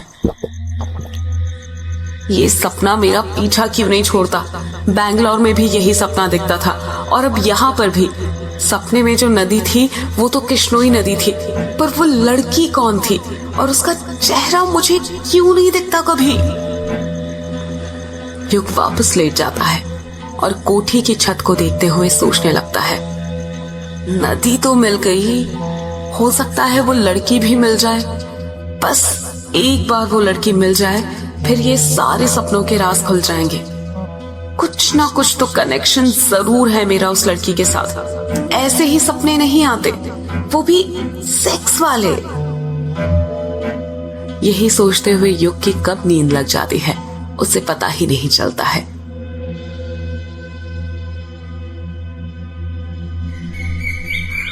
सुबह हो गई थी और सुबह के 7 बज रहे थे। अभिमन्यु अभी तक गहरी नींद में सो रहा था। तभी मुर्गे के बाग देने की आवाज सुनाई देती है और अभिमन्यु की नींद खुल जाती है। अभिमन्यु उबासी लेते हुए अपनी आंखें खोलता है और देखता है कि युग उससे पहले ही उठकर बैठा हुआ था और कुछ सोच रहा था। अभिमन्यु हैरानी के साथ कहता है, अरे युग, तू कब उठ गया और सुबह सुबह इतनी गहराई के साथ क्या सोचने लग गया? पहले तो युग के मन में आया कि वो उसे अपने सपने के बारे में बताए, फिर अगले ही पल उसने सोचा कहीं अभिमन्यु उसे पागल ना समझ ले, इसलिए उसने कहा, कुछ नहीं यार, बस ऐसे ही बैठा हुआ था। अभिमन्यु अचानक से कहता है, वैसे तूने बताया नहीं? युग हैरानी के साथ पूछता है, क्या नहीं बताया? यही कि तूने बैंगलोर क्यों छोड़ दिया, तेरा यहां पर आने का मकसद क्या है? यार मैंने बैंगलोर को नहीं छोड़ा है, बल्कि बैंगलोर ने मुझे छोड़ दिया है। मतलब? मैं कुछ समझा नहीं, तू साफ साफ बताएगा बताना क्या चाहता है? मतलब ये कि मेरी बैंगलोर में जो जॉब थी वो चली गई। अभिमन्यु शॉक्ड होते हुए कहता है, क्या कहा? जॉब चली गई? पर कैसे? युग चुप रहता है, कुछ जवाब नहीं देता। अभिमन्यु युग पर दबाव बनाते हुए पूछता है, अरे तू चुप क्यों है, बताना, आखिर तेरी जॉब कैसे चली गई? युग लंबी सांस लेते हुए कहता है, मुझे कंपनी ज्वाइन किए हुए 1 साल ही हुआ था। सब कुछ ठीक चल रहा था, ऐसा लग रहा था कि लाइफ सेट हो गई और इसी कंपनी में फ्यूचर सेट हो जाएगा। पर जैसा हम सोचते हैं वैसा होता कहाँ है, होता भी कैसे? अगर जिंदगी में सब चीजें हमारे मुताबिक होने लगे तो उसे जिंदगी नहीं, कोई फिल्म की कहानी कहते हैं। अभिमन्यु बीच में ही युग को टोकते हुए कहता है, यार तू बातें घुमा मत, हाँ, सीधे सीधे बता हुआ क्या है? युग अपनी बात को आगे जारी रखते हुए कहता है, सब कुछ ठीक ही चल रहा था कि तभी हम लोगों को बताया गया कि कंपनी लॉस में चल रही है, जिस कारण कंपनी के फाइनेंशियल कंडीशंस खराब हो गई थी। फाइनेंशियल कंडीशन से उभरने के लिए कंपनी ने 50 एम्प्लॉयज को निकालने का फैसला किया था और जब लिस्ट आई तो उस लिस्ट में मेरा भी नाम था। पर ऐसे कैसे? तुझे कैसे निकाल दिया? तेरा तो कैंपस सिलेक्शन हुआ था ना और पैकेज भी अच्छा था। हाँ, पर तुझे पता है मेरी फील्ड इलेक्ट्रिकल और इलेक्ट्रॉनिक्स थी, पर साले काम कोडिंग का कराते थे, पूरा घिस के रख देते थे, इतना परेशान करते थे कि आप खुद जॉब छोड़ दे या फिर खराब परफॉर्मेंस करने की वजह से आपको वो खुद निकाल दे। तुझे पता है ये कंपनी और कॉलेज वालों के बीच एक बहुत बड़ी सेटिंग होती है। क्या कहा? सेटिंग होती है? कैसी सेटिंग? देख मैं बताता हूँ। कंपनियां हर साल कॉलेज में आती है, जिससे कॉलेज का नाम होता है और हर साल नए एडमिशन्स होते हैं। पर क्या कभी तूने ये सोचा है कि जो कंपनियां आती है और हर साल कभी 100 तो कभी 200 स्टूडेंट्स का सिलेक्शन करती है, उनको किन की जगह पर रखा जाता है? किन की जगह पर? उन एम्प्लॉयज की जगह पर जिनको पिछले साल कैंपस सिलेक्शन करके लाया गया था। यही सिलसिला चलता जाता है और कॉलेज और कंपनियों वालों का धंधा चलता रहता है। पर साले ये नहीं सोचते कि जिनको उन्होंने जॉब से निकाल दिया उनका तो 1 साल खराब हो गया ना। वो तो इसी उम्मीद से थे कि अब पूरी जिंदगी उन्हें कंपनीज के साथ काम करना है। चल ये सब तो ठीक है, इसमें कॉलेज और कंपनीज वालों का दोष था, तेरी बात समझ रहा हूं मैं। पर फिर तूने दूसरी कंपनी में कोई जॉब के लिए अप्लाई क्यों नहीं किया? ऐसा तो था नहीं कि दुनिया में बस एक ही कंपनी है और तू गवर्नमेंट जॉब के लिए भी तो ट्राई कर सकता था ना। तुझे क्या लगता है मैं बेवकूफ हूँ? पिछले 1.5 साल से दोनों जगह ट्राई ही तो कर रहा हूँ, पर कुछ हो ही नहीं रहा। जॉब हलवा थोड़ी है कि यूं ही मिल जाए, मिलती भी है तो काम की नहीं मिलती, ऊपर से पेमेंट कम। मतलब ये कि तुझे जॉब से 1.5 साल पहले निकाल दिया गया है। हाँ, पिछले 1.5 साल से जॉब ढूंढ रहा हूँ और जॉब पाने के लिए कोचिंग भी ज्वाइन करी, पर कुछ काम नहीं आया, बल्कि उसी चक्कर में सारी सेविंग्स भी खत्म हो गई। हालात इतने खराब हो गए कि बैंगलोर छोड़कर गांव आना पड़ा। लोग जॉब करने के लिए गांव छोड़कर शहर जाते हैं, पर तू पहला ऐसा शख्स है जो शहर छोड़कर गांव आया है। बता फिर क्या सोचा है, यहाँ गांव में आकर क्या करने वाला है तू? ये कुछ जवाब नहीं देता। अभिमन्यु युग पर दबाव बनाते हुए पूछता है, बता यार, यहाँ गांव में क्या करने वाला है? मैंने गांव में एक स्टार्टअप खोलने का फैसला किया है। कैसा स्टार्टअप?